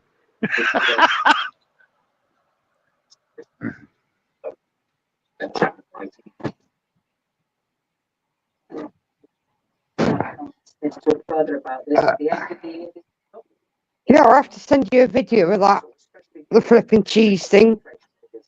That Yeah, is- I always complain too that Natalia should have been a champion too. She was good enough. She's one of the top talent in reality. Her, Kana, Rhea Ripley, those are your top three talent right there in the women's division that can really fight.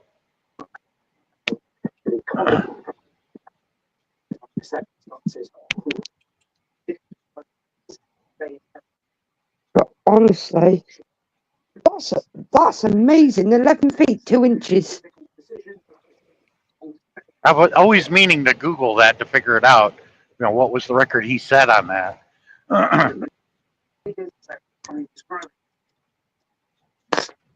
Damn.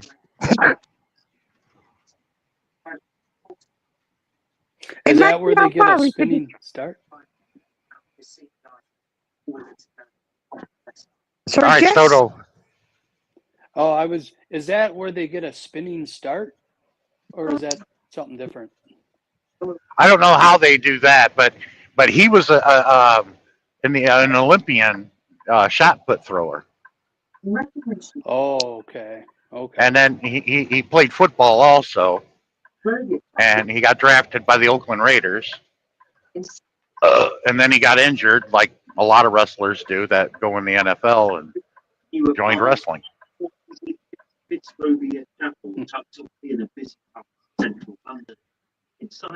You just imagine it. If he could throw that far, how far could he throw one of the bushwhackers? Yeah, the Bushwhackers were the same size as Brett and Jim the Anvil, and the Bulldogs. They were all the same size. God, I wouldn't fancy my mum's chances at 4'9", how far he could throw her. Sorry, Mum.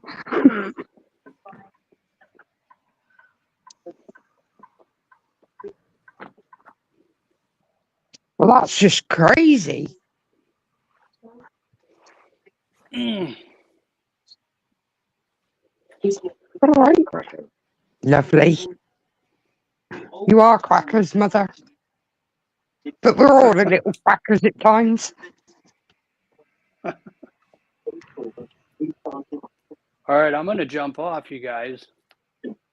No problem, Jess. Well, it was nice hanging out with you for a little while. I'll see you Oh, next yeah. time. Yeah, it was nice talking to you. Bye-bye.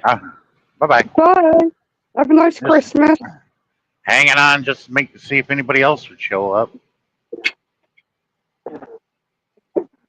I know nobody's working. Nobody's working. They can't be. Except for my dumb ass. Yeah, because Mum said to me, "Is Sean working?" I said, "Yeah." I said, "He's a truck driver." She went, "Oh." Said he drives all over America and even up into Canada. Yeah, sometimes I get lucky and get the holiday off and be able to go home. Sometimes I don't. But that's And my this means- choice. If I really wanted to go home, I would do it. But it's irresponsible. I got to be responsible. Yeah. It's not exactly what one wants. I could if I wanted to, but I have the choice. But no, I'd rather stay out, make money. Because after the first of the year, freight falls off a cliff, for about 3 weeks, and it doesn't pick up until like a week or two before Valentine's Day.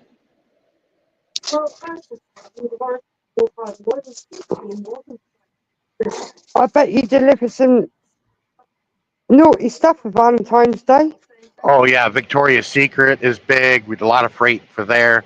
Hershey's chocolate, Harry and David, they make fruit baskets and all kinds of things. And strawberries out of California, really a lot of freight coming out of there, strawberries. And we deliver the strawberries to Walmarts and all different stores, but there's also, we deliver the good strawberries to a place called Sherry's Berries. And what they do is they take these big strawberries, they take 4 of them and they dip them in chocolate and nuts and put them in a fancy box, and they sell them for Valentine's Day. They're really expensive. They're like $30-$40 a box, and you only get 4 of them in there. Dang. Yeah, Sherry's berries. Oh, they're good because I got to sample them before. And you pick up a load of Sherry's berries. I saw them and they're like, "Go ahead and try one." And I did, and I'm like, "Man, this is good." It's very good. It's almost like having an orgasm when you chewing one of them because that's what everybody buys them for. They give them to their girlfriend, on Valentine's Day, and sex is on the menu always, so naturally.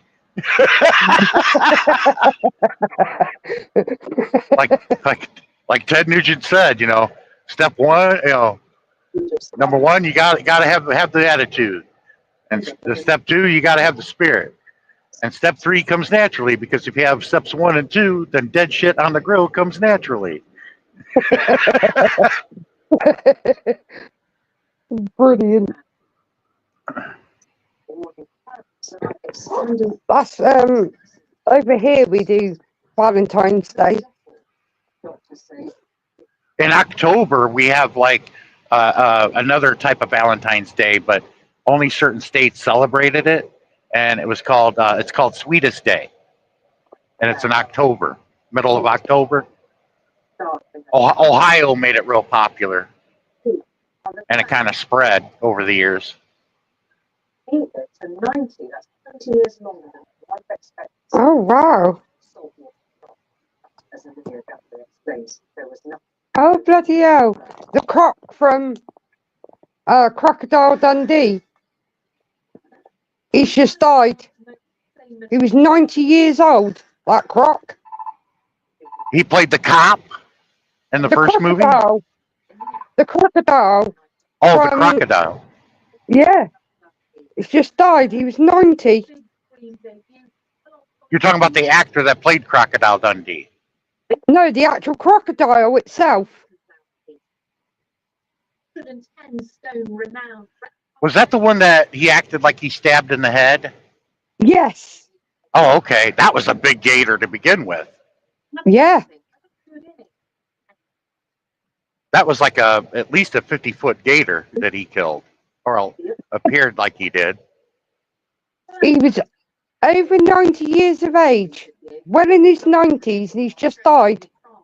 Well, that croc lived a long time. I didn't realize they lived that long. Neither did I, but dang. It's on the news. It's reached the news here. I liked it in the movie where when she first meets him at the bar, he comes stumbling into the door like somebody threw him in the door, and he went back out and he's got a gator in his hand, and it looked real. It was a stuffed gator is what it is. And they're all wrestling that gator, and she's like, "Oh my God." Yeah. Oh no, I liked it where he goes, that bloke goes to rob him at knife point. He goes, "That ain't a knife. This is a knife." He pulls out his knife. I like the Every Which Way But Loose for the orangutan. Oh, Clyde, the orangutan? Yeah. Left turn, Clyde. He gives him the finger. Yeah. That little old lady waving at him, "Hi!" And he sticks his finger up at her. That would be my mum. She's waving at the orangutan and she's got the middle finger. I always say to her, "Your scene's about to happen, Mum," and she looks up and she goes, "Fuck off," then starts laughing.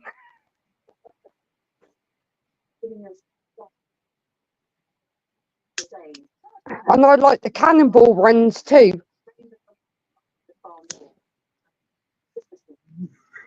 The Cannonball Run movie. A Cannonball Run? Like yeah. That had Burt Reynolds in it, and Dom DeLuise, and Sammy Davis Jr. He was a cop. Yeah. Like them movies. They're brilliant. I haven't seen that since I was a kid. Cannonball Run. Oh, we see it quite often in the UK. Comes up on our TVs. temperatures will reach 13 Celsius. Now that would be a good remake that would work if they modernized it and did a new Cannonball Run movie. That would work. I'd like to see how that would turn out in modern day. Yeah. It was So like would I. that was a race across the United States. What if I remember correctly? Yeah. Yeah. Yeah. See, I would have cheated. I'd have hopped on a plane somewhere. So would I. If I could drive all that distance. The only way that would prevent that is they'd have to put a tracking device on every vehicle to make sure that you didn't do that. Yeah.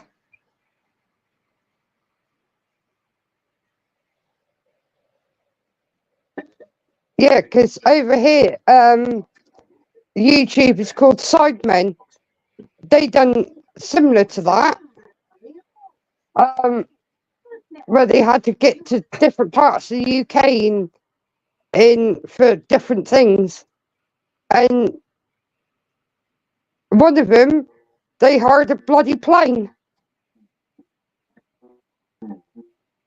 And when they was said about it, he said, well, you didn't say we couldn't. You didn't say that we only had to drive. But you know, if they were to really do that, have a real Cannonball Run for real, oh, the police would be just begging for them to do shit because they bust their ass. But that's the Yeah. object. Is you got to elude the police. Yeah.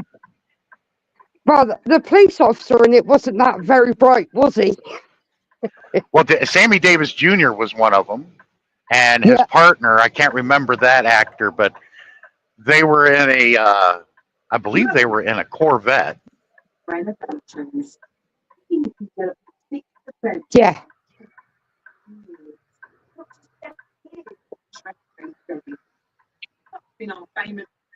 And the other movie I really like is The Blues Brothers. Oh yeah, good movie. Brilliant movie. I got them on DVD. Yeah, my mom worked at that prison when I was a kid. The one that where he gets out of, John Oh, Belushi. wow. Yeah, that's Joliet State Prison. When my mom was a state cop, and then she got hired at the Chicago Police Force because that's what a lot of them did. They started off as state, but they'd make more money working for the Chicago Police Force than state. And that's how my dad met my mom, was at the Scale House on I-55. My mom was running it one late night, pulled my dad in. He had a taillight out, and she rode his ass up. My dad didn't care. He's like, I got the phone number. That's all I was caring about. He really didn't care. He had to pay a couple $100 ticket for a taillight being out. He didn't care. Like, I got that. Give me your phone number. Brilliant. I like that. Well, seeing a female cop back in that time was rare. Yeah. But in a way, it's kind of sexy in a way, you know. Like, you know, my dad would always say, hey, what other job can a woman be coming home with a pair of handcuffs? Exactly. I'll be right back. I got to go in here and use the CR, take a 10-100, and get another coffee. No I'll be right problem. back. Just keep them going, Tammy, if they're still here. I will do.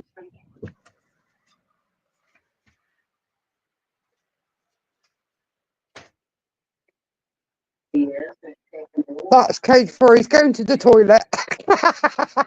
And he's going to get himself a coffee.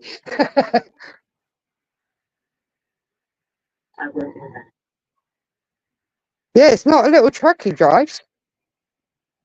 It's got like £80,000 when it's fully loaded. And you get pillocks trying to brake check him.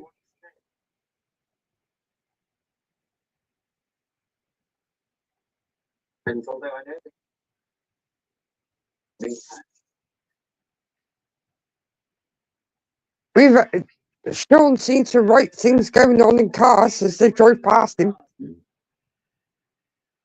He's seen a woman kind of nodding her head while the bloke was driving. She was having a late night snack. And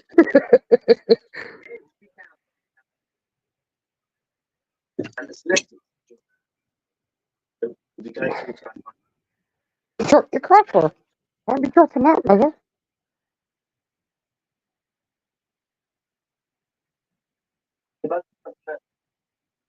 You smell like beef and cheese. You don't smell like Santa. It's a line delivered by the character Buddy, in which classic Christmas films by Will Ferrell.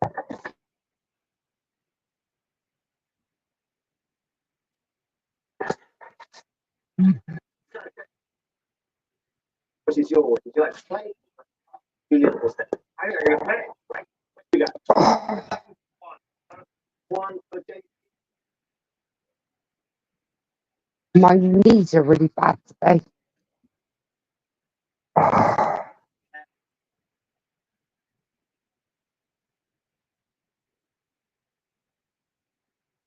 All right.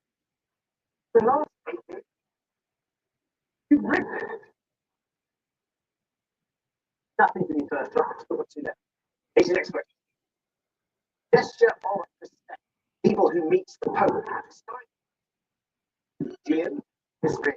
Which item of his jewelry? It is his ring, Julian, yes. It's really that kind of thing. Great. It's interesting that you jumped in early. Anybody with us? So one.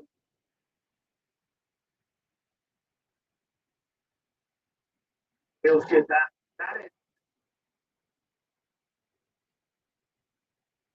is. Is your boss array that you? Oh, I don't know why. Here's your next question. Full title of the 2003 this time. What end?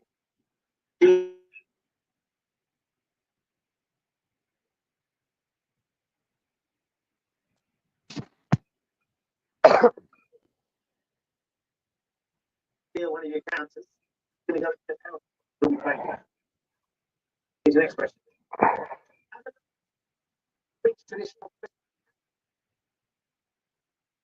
which the title character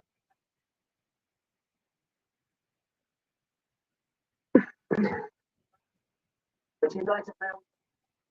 What day? Where would you like? Right, the drop zone 2 for Stephanie.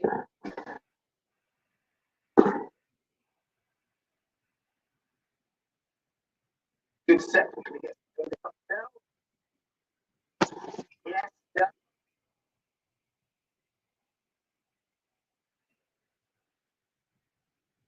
Two counters like Jamie. You've got one there. Here's your next question. Two. But I'd like to see that too. Then do a remake of Cannonball Run. I think that would be quite funny.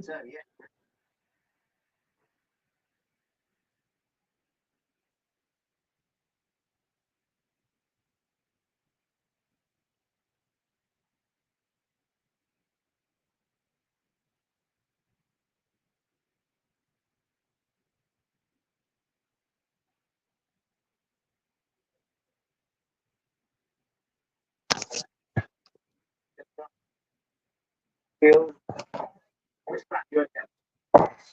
What do you think, Stephanie?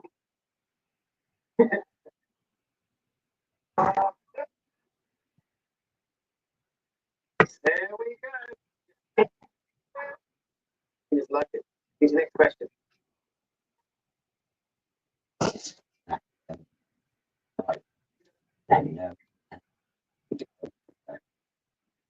Which popular team?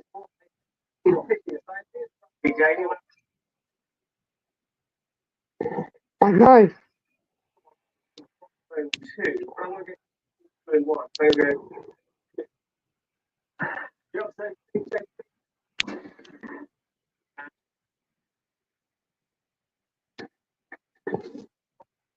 Right on the list.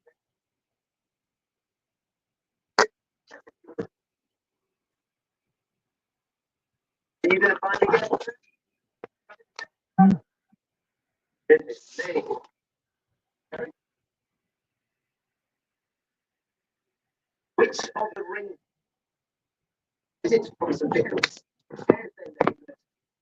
email from. Vixen.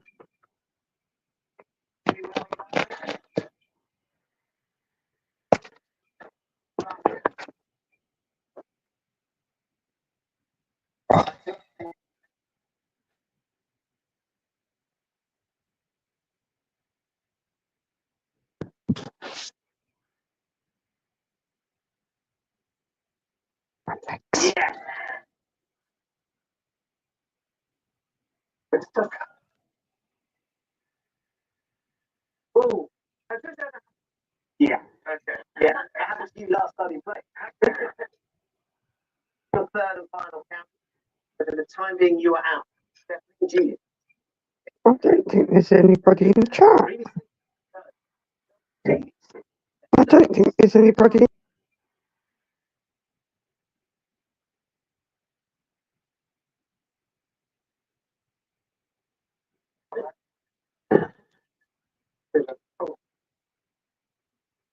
Got any idea what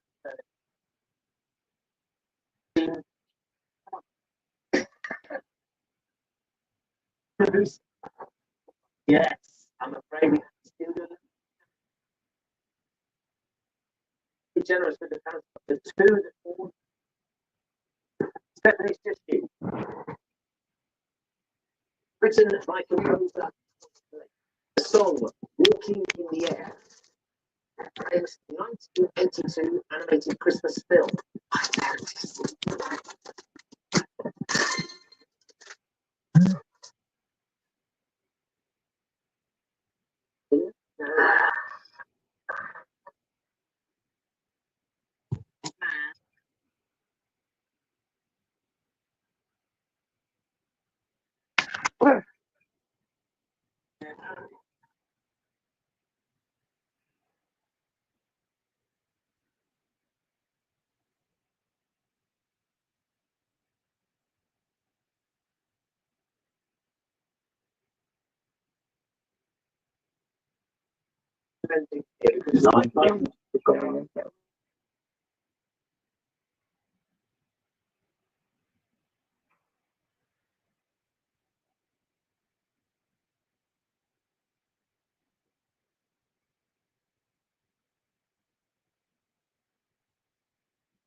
Here comes Sean. Where would you like to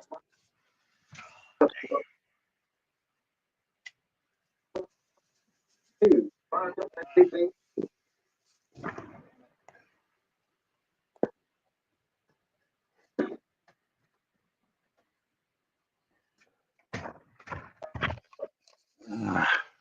Where did it go? There it is. Had my lanyard right here. Just forgot to put it back on. Gotta have your CDL. Oh God. There's nobody in the chat, Sean. I'm sorry. There's nobody in the chat. I went and had a look. If the eyeball says I got one person, if the eyeball is correct. That would probably be me. Be me. No. If you're on the panel, you're not counted. Oh right. Yes. Well, whoever it is, I asked him if there's anybody listening and got no reply. So The only person that didn't show up that I sent the link to was Darren. Naughty Dobson. Yeah, he might be busy. Yeah. Probably getting up to mischief, knowing Darren.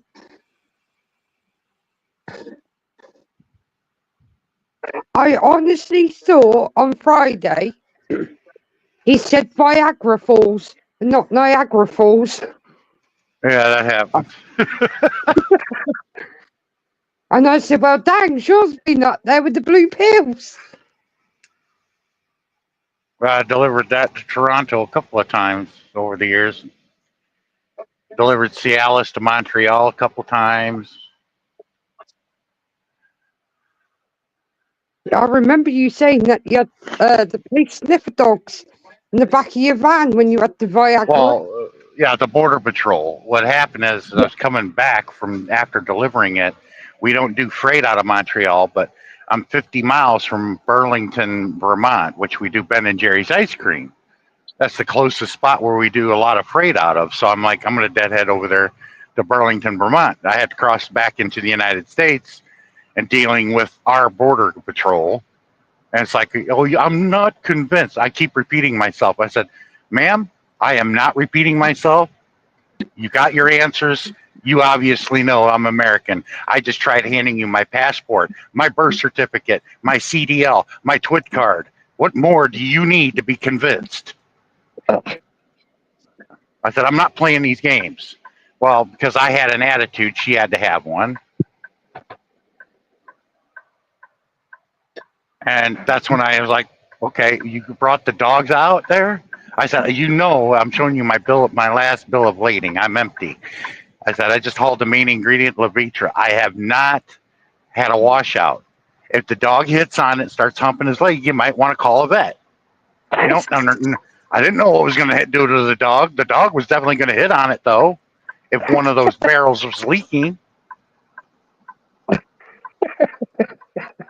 didn't think it was funny. I did. I'm like, you people just take your job a little too seriously. And I told him, I said, if anything gets across this border after you dealt with me like this, you're going to hear it from me. They got a, I know they got a fax from me because I got their fax number right on their top of their fax machine. Yeah. I sent them a fax saying, see, I'm here in Burlington at Ben & Jerry's getting my ice cream load, like I told you. I don't know what their burp their ass was about me. Some places in the UK is like that.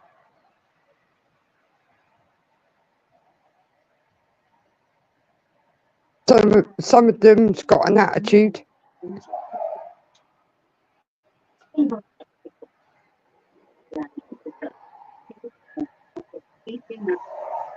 But she wanted me to keep repeating myself. Ma'am, I just answered your question.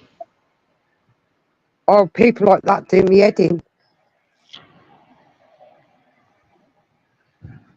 They honestly do.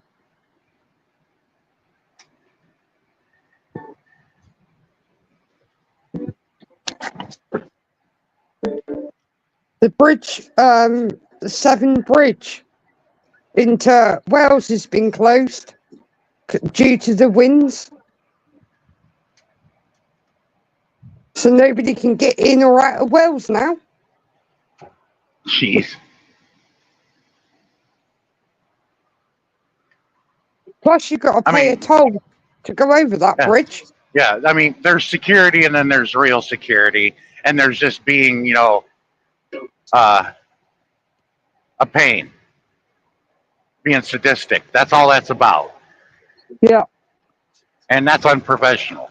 Look, if I was looking for a dominatrix, I'd go to one of the brothels out in Nevada. Well, yeah, that's true. I said, I'd never get treated like this going into Canada. I get treated decently and with respect.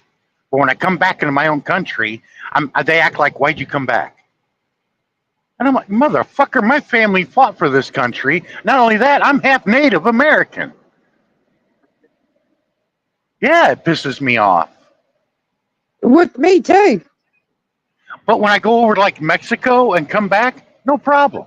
Just when I come back from Canada, there's a problem. Perhaps they were waiting for the bloody blue pill, Sean. I mean, I didn't say it to be funny. It just ended up that way, but it was true. I bet that dog could sniff for bloody days afterwards. I was waiting for the dog to start humping his leg after a while. My mum's driving instructor, when she was learning how to drive, she had to reverse around the corner, and she done it perfect. And he said to her, I bet you can't do it again. So as she started reversing, he said to her, "Do you know why you have to swallow Viagra quickly?" She went, "No, why?" He said, "Otherwise you end up with a stiff neck." Well, she ended up in the middle of the fucking road, and he was sat in the car laughing. He said to her, "I told you you couldn't do it again." She said to him, "You bitch." She said, "That was your fault."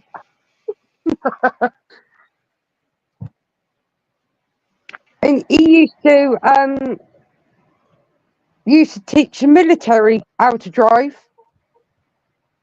and he'd have me mum on the driving lesson, and the military guys used to see him, and as soon as they spotted him in the car, they'd be sticking their finger up at him, and he'd be in the car doing it back to him, flipping them the bird. Uh-huh. And mum's mate, they went out in the car one day, and there was this cyclist. She thought it was her friend. She leaned out the car and smacked this cyclist right on the ass as they drove by. When she looked in the mirror, it was her complete stranger. She smacked a complete stranger right round the ass.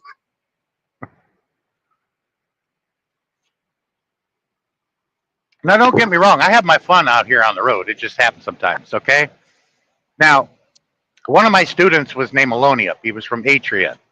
Okay, he spoke 12 languages fluently. Very intelligent guy, okay? Yeah. I've always wanted a keffiyeh, and he got me one, an authentic one. I've always wanted one. And as soon as I put it on, he was laughing. I started acting like the Iron Sheik. I said, that's the only reason why I wanted it, because I wanted to act like the Iron Sheik, because he always wore one, you know, from WWE.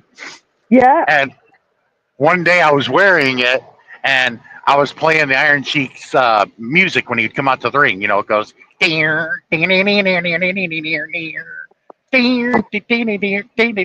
playing it and I'm cranking it up, right?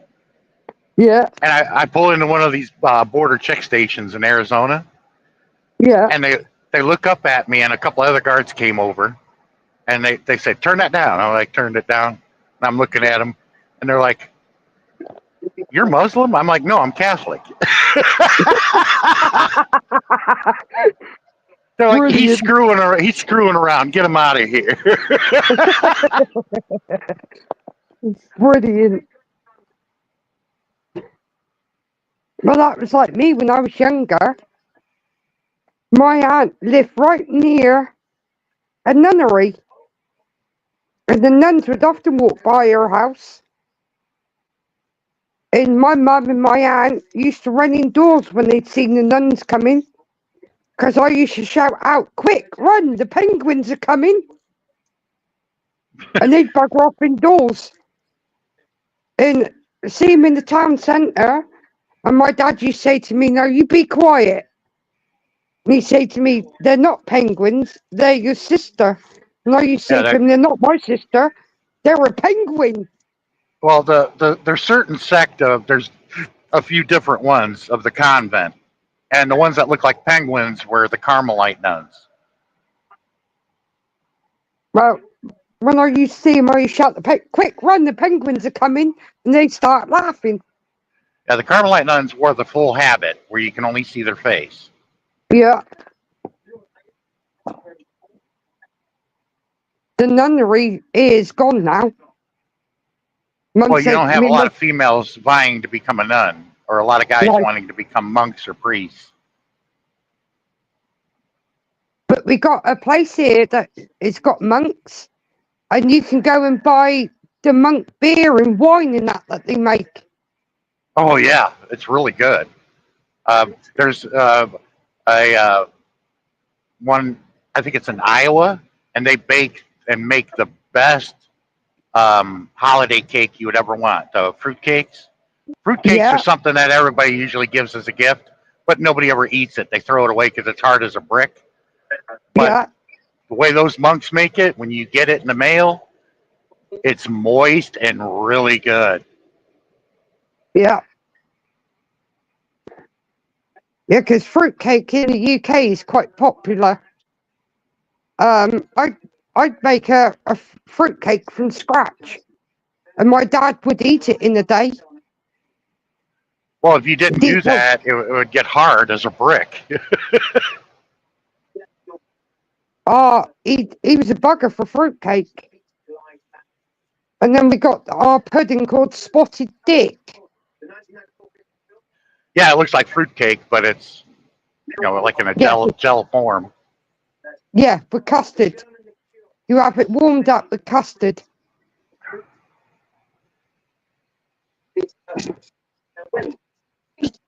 But the one thing I wouldn't want to try is the jelly deals.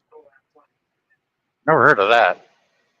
In London, it's a very popular dish, jelly deals. And it literally is cooked, and it looks like it's in a tub of snot. That doesn't look appealing to me. Oh, no. We had, recently, we had an American try it. He wasn't very impressed with it. I was like, I don't bloody blame you. Yeah, like in the Philippines, I seen it in the Philippines, and I smelled it, and it smells good. Leche flan, but I can't eat it because it's got raw egg on it. That's a shame. And it's a dessert, and I guess a lot of them like it. But yeah, and jelly deals, honestly, it looks like a load of diced up bits of eel in a pot full of snot. It's, no.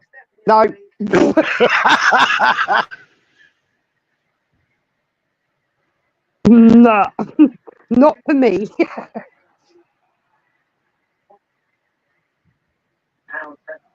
It's like they do a certain pie and mash with a certain gravy over it. That's very popular in London. Yeah, one thing American made famous here in the South is chitlins, okay?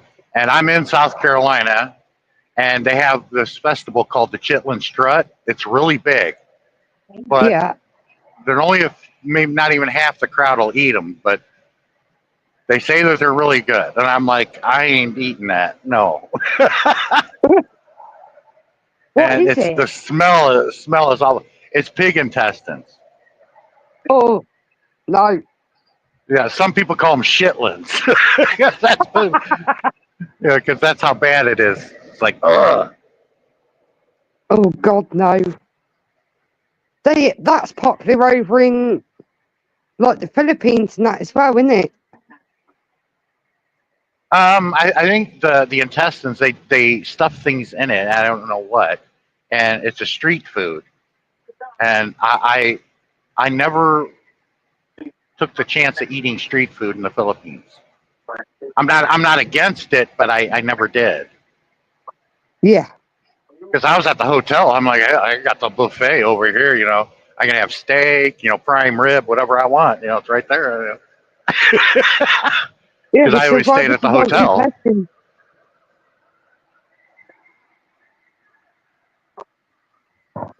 But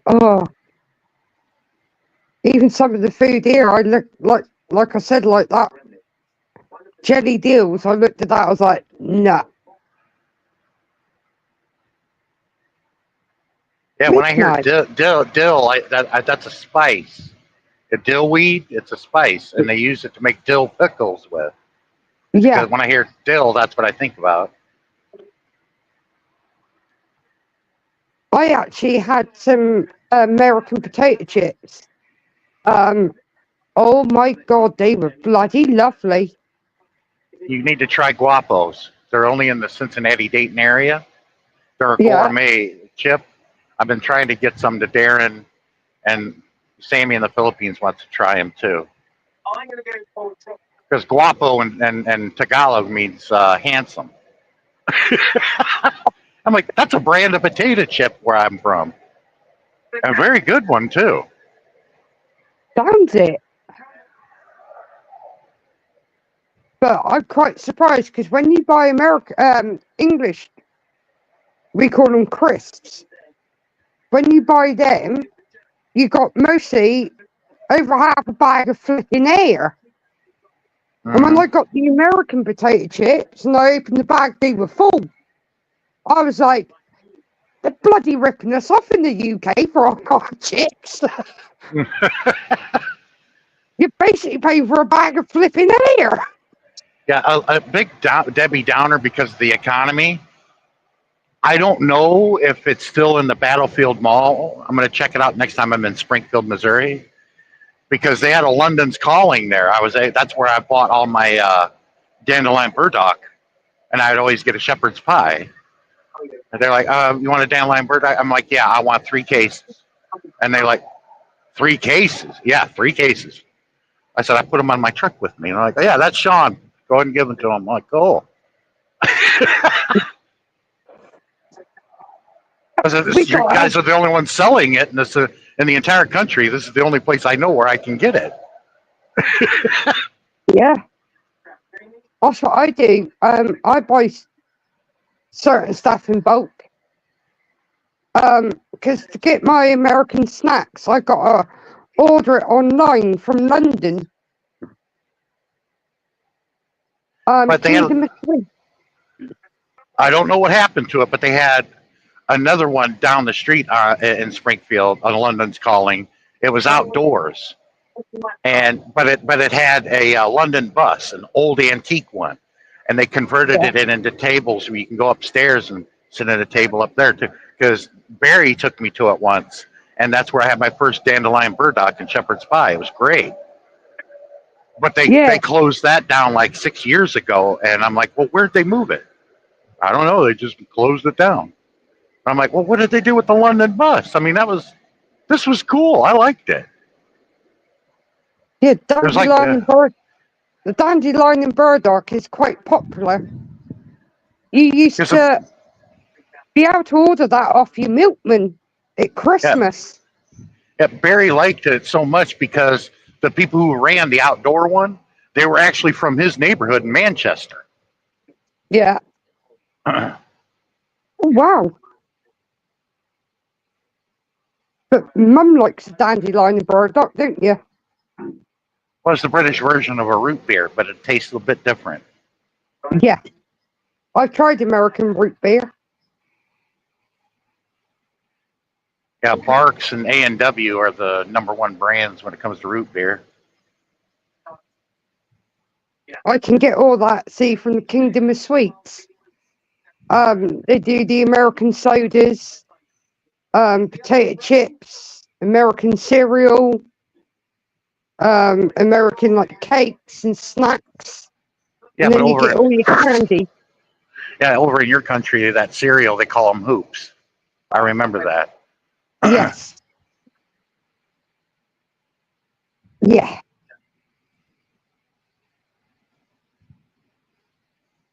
Yeah. But I've tried the Laffy Taffy. I like that. I like the American Laffy Taffy. Yeah, that's made everywhere. Yeah, I like that. Like I was telling Darren the other day, I had an American treat bag and I had a can of pineapple Fanta in it. And that was really nice. And I had a bag of, is it pronounced hers? HERRS? Potato chips. Never heard of that one. And they were Carolina Reaper potato chips. Where did you buy those? I got them off of TikTok. They do. Oh, I thought you were over here when you got them. No. No. But I can get brands. They do the same brand that from the Kingdom of Sweets up in London.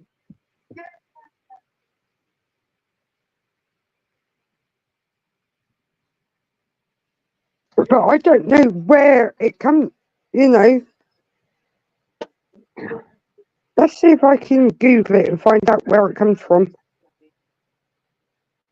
Julian, try and close the gap. Just that trick, Julian.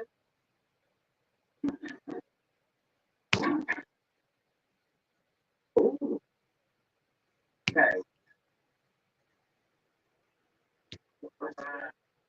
Yeah, they cheated me out because it says it was American, but they're actually from the UK. Oh, the sneaky little buggers.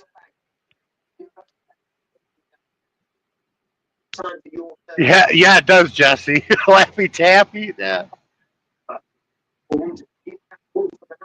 Yeah, I think that's German. Oh, it's based Yeah, in Nottingham, Pennsylvania. Harvey Bro is German, but they have them here in the States too. They make Yeah, like gummy bear type candies. them potato chips are from based in Nottingham, Pennsylvania. But when you get a chance, especially Jesse, you're in the Dayton, Cincinnati area in a grocery store, look for the Guapo potato chips, barbecue flavor. They're the best in the world. Eat it. No, just no. It's good reading. Didn't know that. Yeah. Nottingham, Pennsylvania. And the best mustard in the world is made by Wilbur's, and you can only get that in Ohio. Oh, they make the best mustard.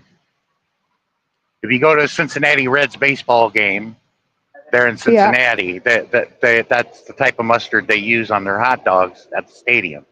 Julian, you've got one last question. I like mustard. Yeah, the A lot, Wilbur's mustard. Oh, it's the best. a lot of people don't like the English mustard because it's quite strong. Well, if you put horseradish in it, like Wilbur's do, you can buy the spicy mustard, and it makes good pretzel dip too. Oh, I like horseradish. We have that with the Sunday dinner. Roast beef. Put a bit of horseradish on your roast beef. 1870.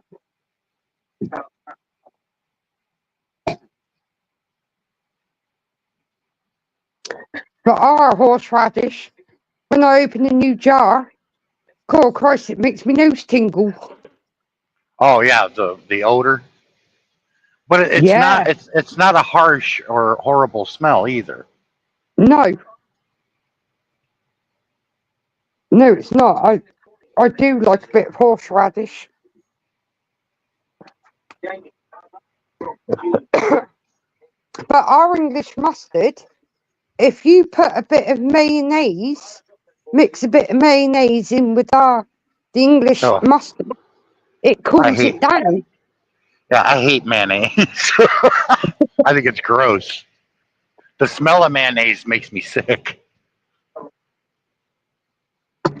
Oh, I like my mayonnaise. Oh, and if you ever come back over to the UK, Sean, you got to go in the chip shop and ask for a battered Mars bar. Never heard of that. Oh my God.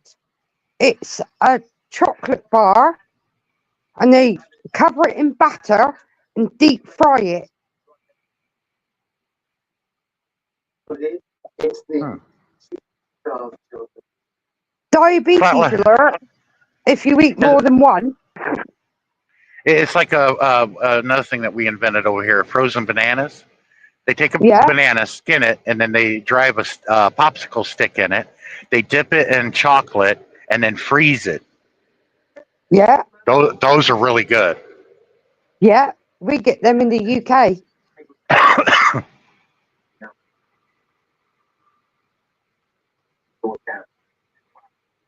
Yeah. And there is a Walmart in the UK too. There's I'm only surprised one, and they let them in there. it's 2 hours from where I live.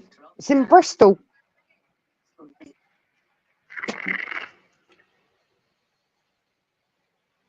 Knowing what Walmart's done to our country, I'm surprised they allowed them in England. You're destroying mom and pop businesses. That's what they do, or what they did. Oh, didn't know that. Yep. But It's, when Sam Walton, the founder, the father of the children, was alive, he prevented that. He would not allow the upper management to do something like that. He said, "I'm strictly American made," and all this. But when Sam Walton died, they immediately changed all that damn. because that's when it all happened. A lot of people that made manufactured shit to sell in Walmart, they all moved overseas for cheap foreign labor, and when Sam Walton died, so did his ideas. Keep everything American made and everything. He didn't want to Damn. do what they're doing now, which destroyed our economy. Yeah.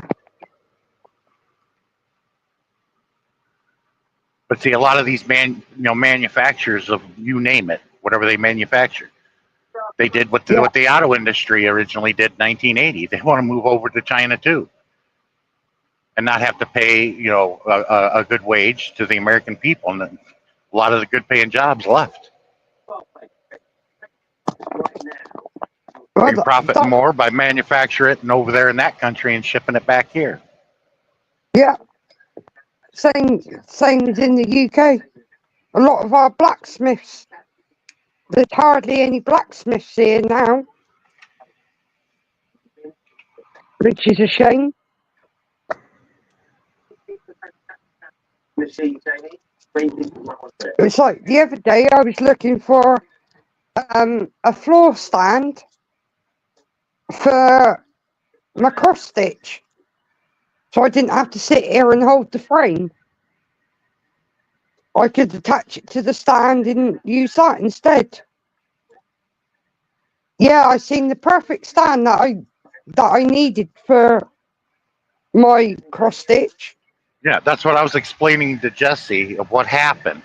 All these people we're talking about, are talking about something that used to be for us and the older folks. But these kids of today don't have the opportunities that we had that would have allowed them to live a good life if they got a job after college and blah, blah, blah. No. That's been long gone.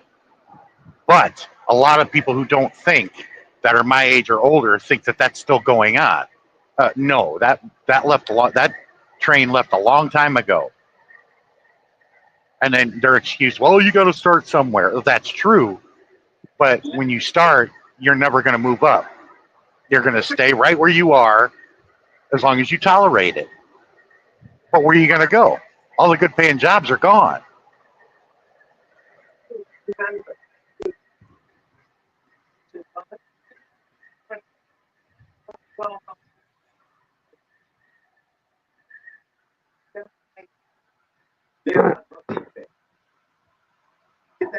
Yeah, as I was saying, that floor frame I was looking at, Sean. The only incentive that the CEOs and boards of directors look at, this is all they do. They decide what they produce, where they produce, and what to do with the profits of everything they produced. That's all that they ever do. And they look at the bottom line at the end. They don't care about who does what and gets paid. They're concerned about how much they're paying for the labor to get it done. And if they can go overseas and do it cheaper and profit more, they're going to do it. If it's more profitable for them to get robots and AI to do all the work, they're going to do that too. Yeah.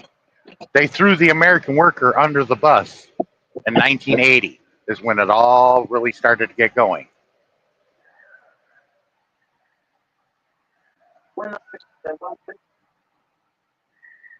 We're the only country in the world to self-import. Companies that moved over to another country make shit and ship it back to their country of origin. And in my eyes, that's economical treason, is what they did. And to me, they're not all red-blooded American patriots either, because they manufacture their shit in another country and have it shipped back here. It is not easy to find something in a grocery store that has the tag American made. It's either Taiwan, China, India, or Brazil.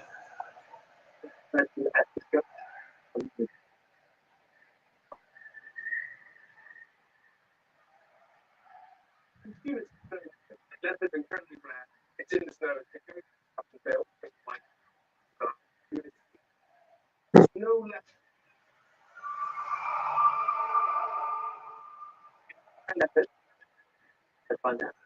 Yeah, the frame that I looked at, Sean, I wasn't willing to pay £133 for it.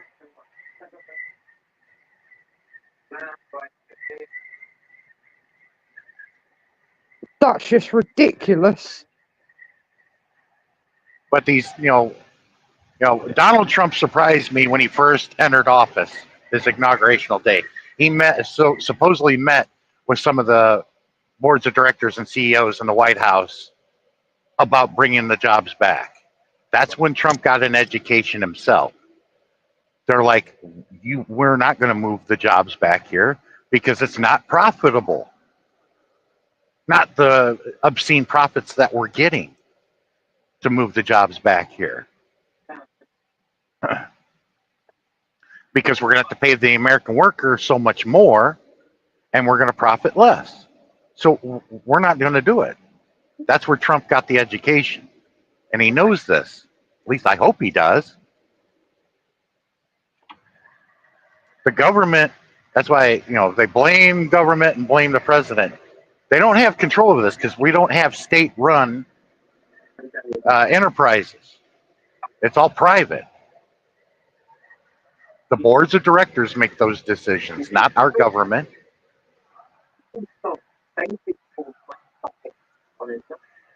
Now, if they want state-run enterprise, sure, why not? Because then the shit will be made here by Americans, and they should be paid accordingly.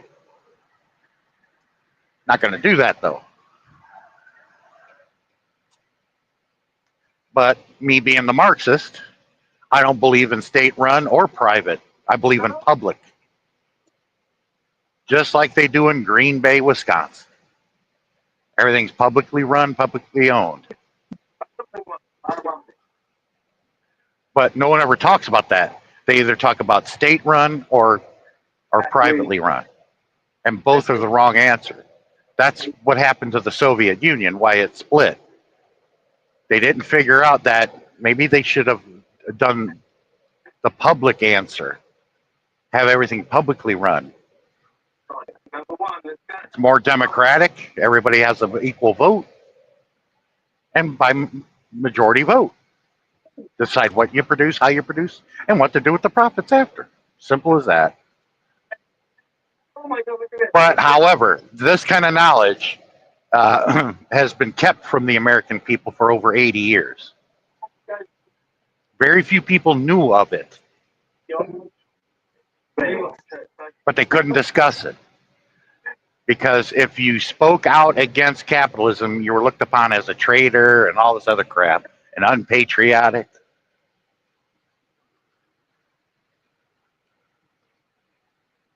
Mm-hmm. Because when I talk bad about it, people say, first thing they say, well, I love my freedom. Well, capitalism has nothing to do with freedom. And you love your democracy. Well, capitalism is the antithesis of democracy. And then I hear someone blurt out, well, you can always get another job. Yeah, you can always get another job. You have the freedom to do that, where that employer is going to treat you the same way as your previous employer. So nothing changes.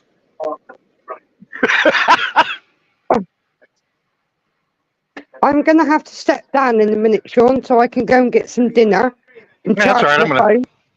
I got to be ending here soon anyway. I'm over 4 hours again. I'm almost to Columbia, South Carolina. Oh, wow. How many miles have you done now? I've knocked out almost 300.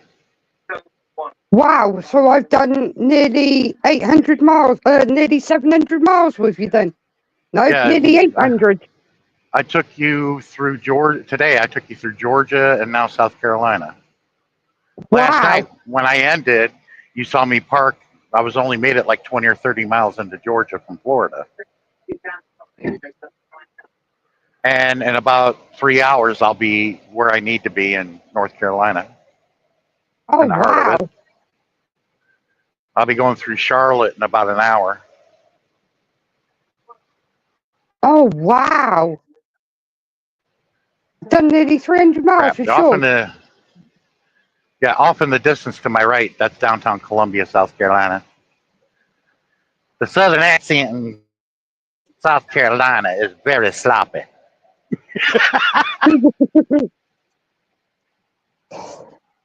Shares life. Sure is. I'm going to go over there then. You guys have a good day. I'll talk to you later. All right then, Sean, you take care. Thanks for Bye joining me, for now, Tam. Jeff. Oh, you're welcome, Bye, guys. Dad. Anytime. Bye. All right. Bye-bye.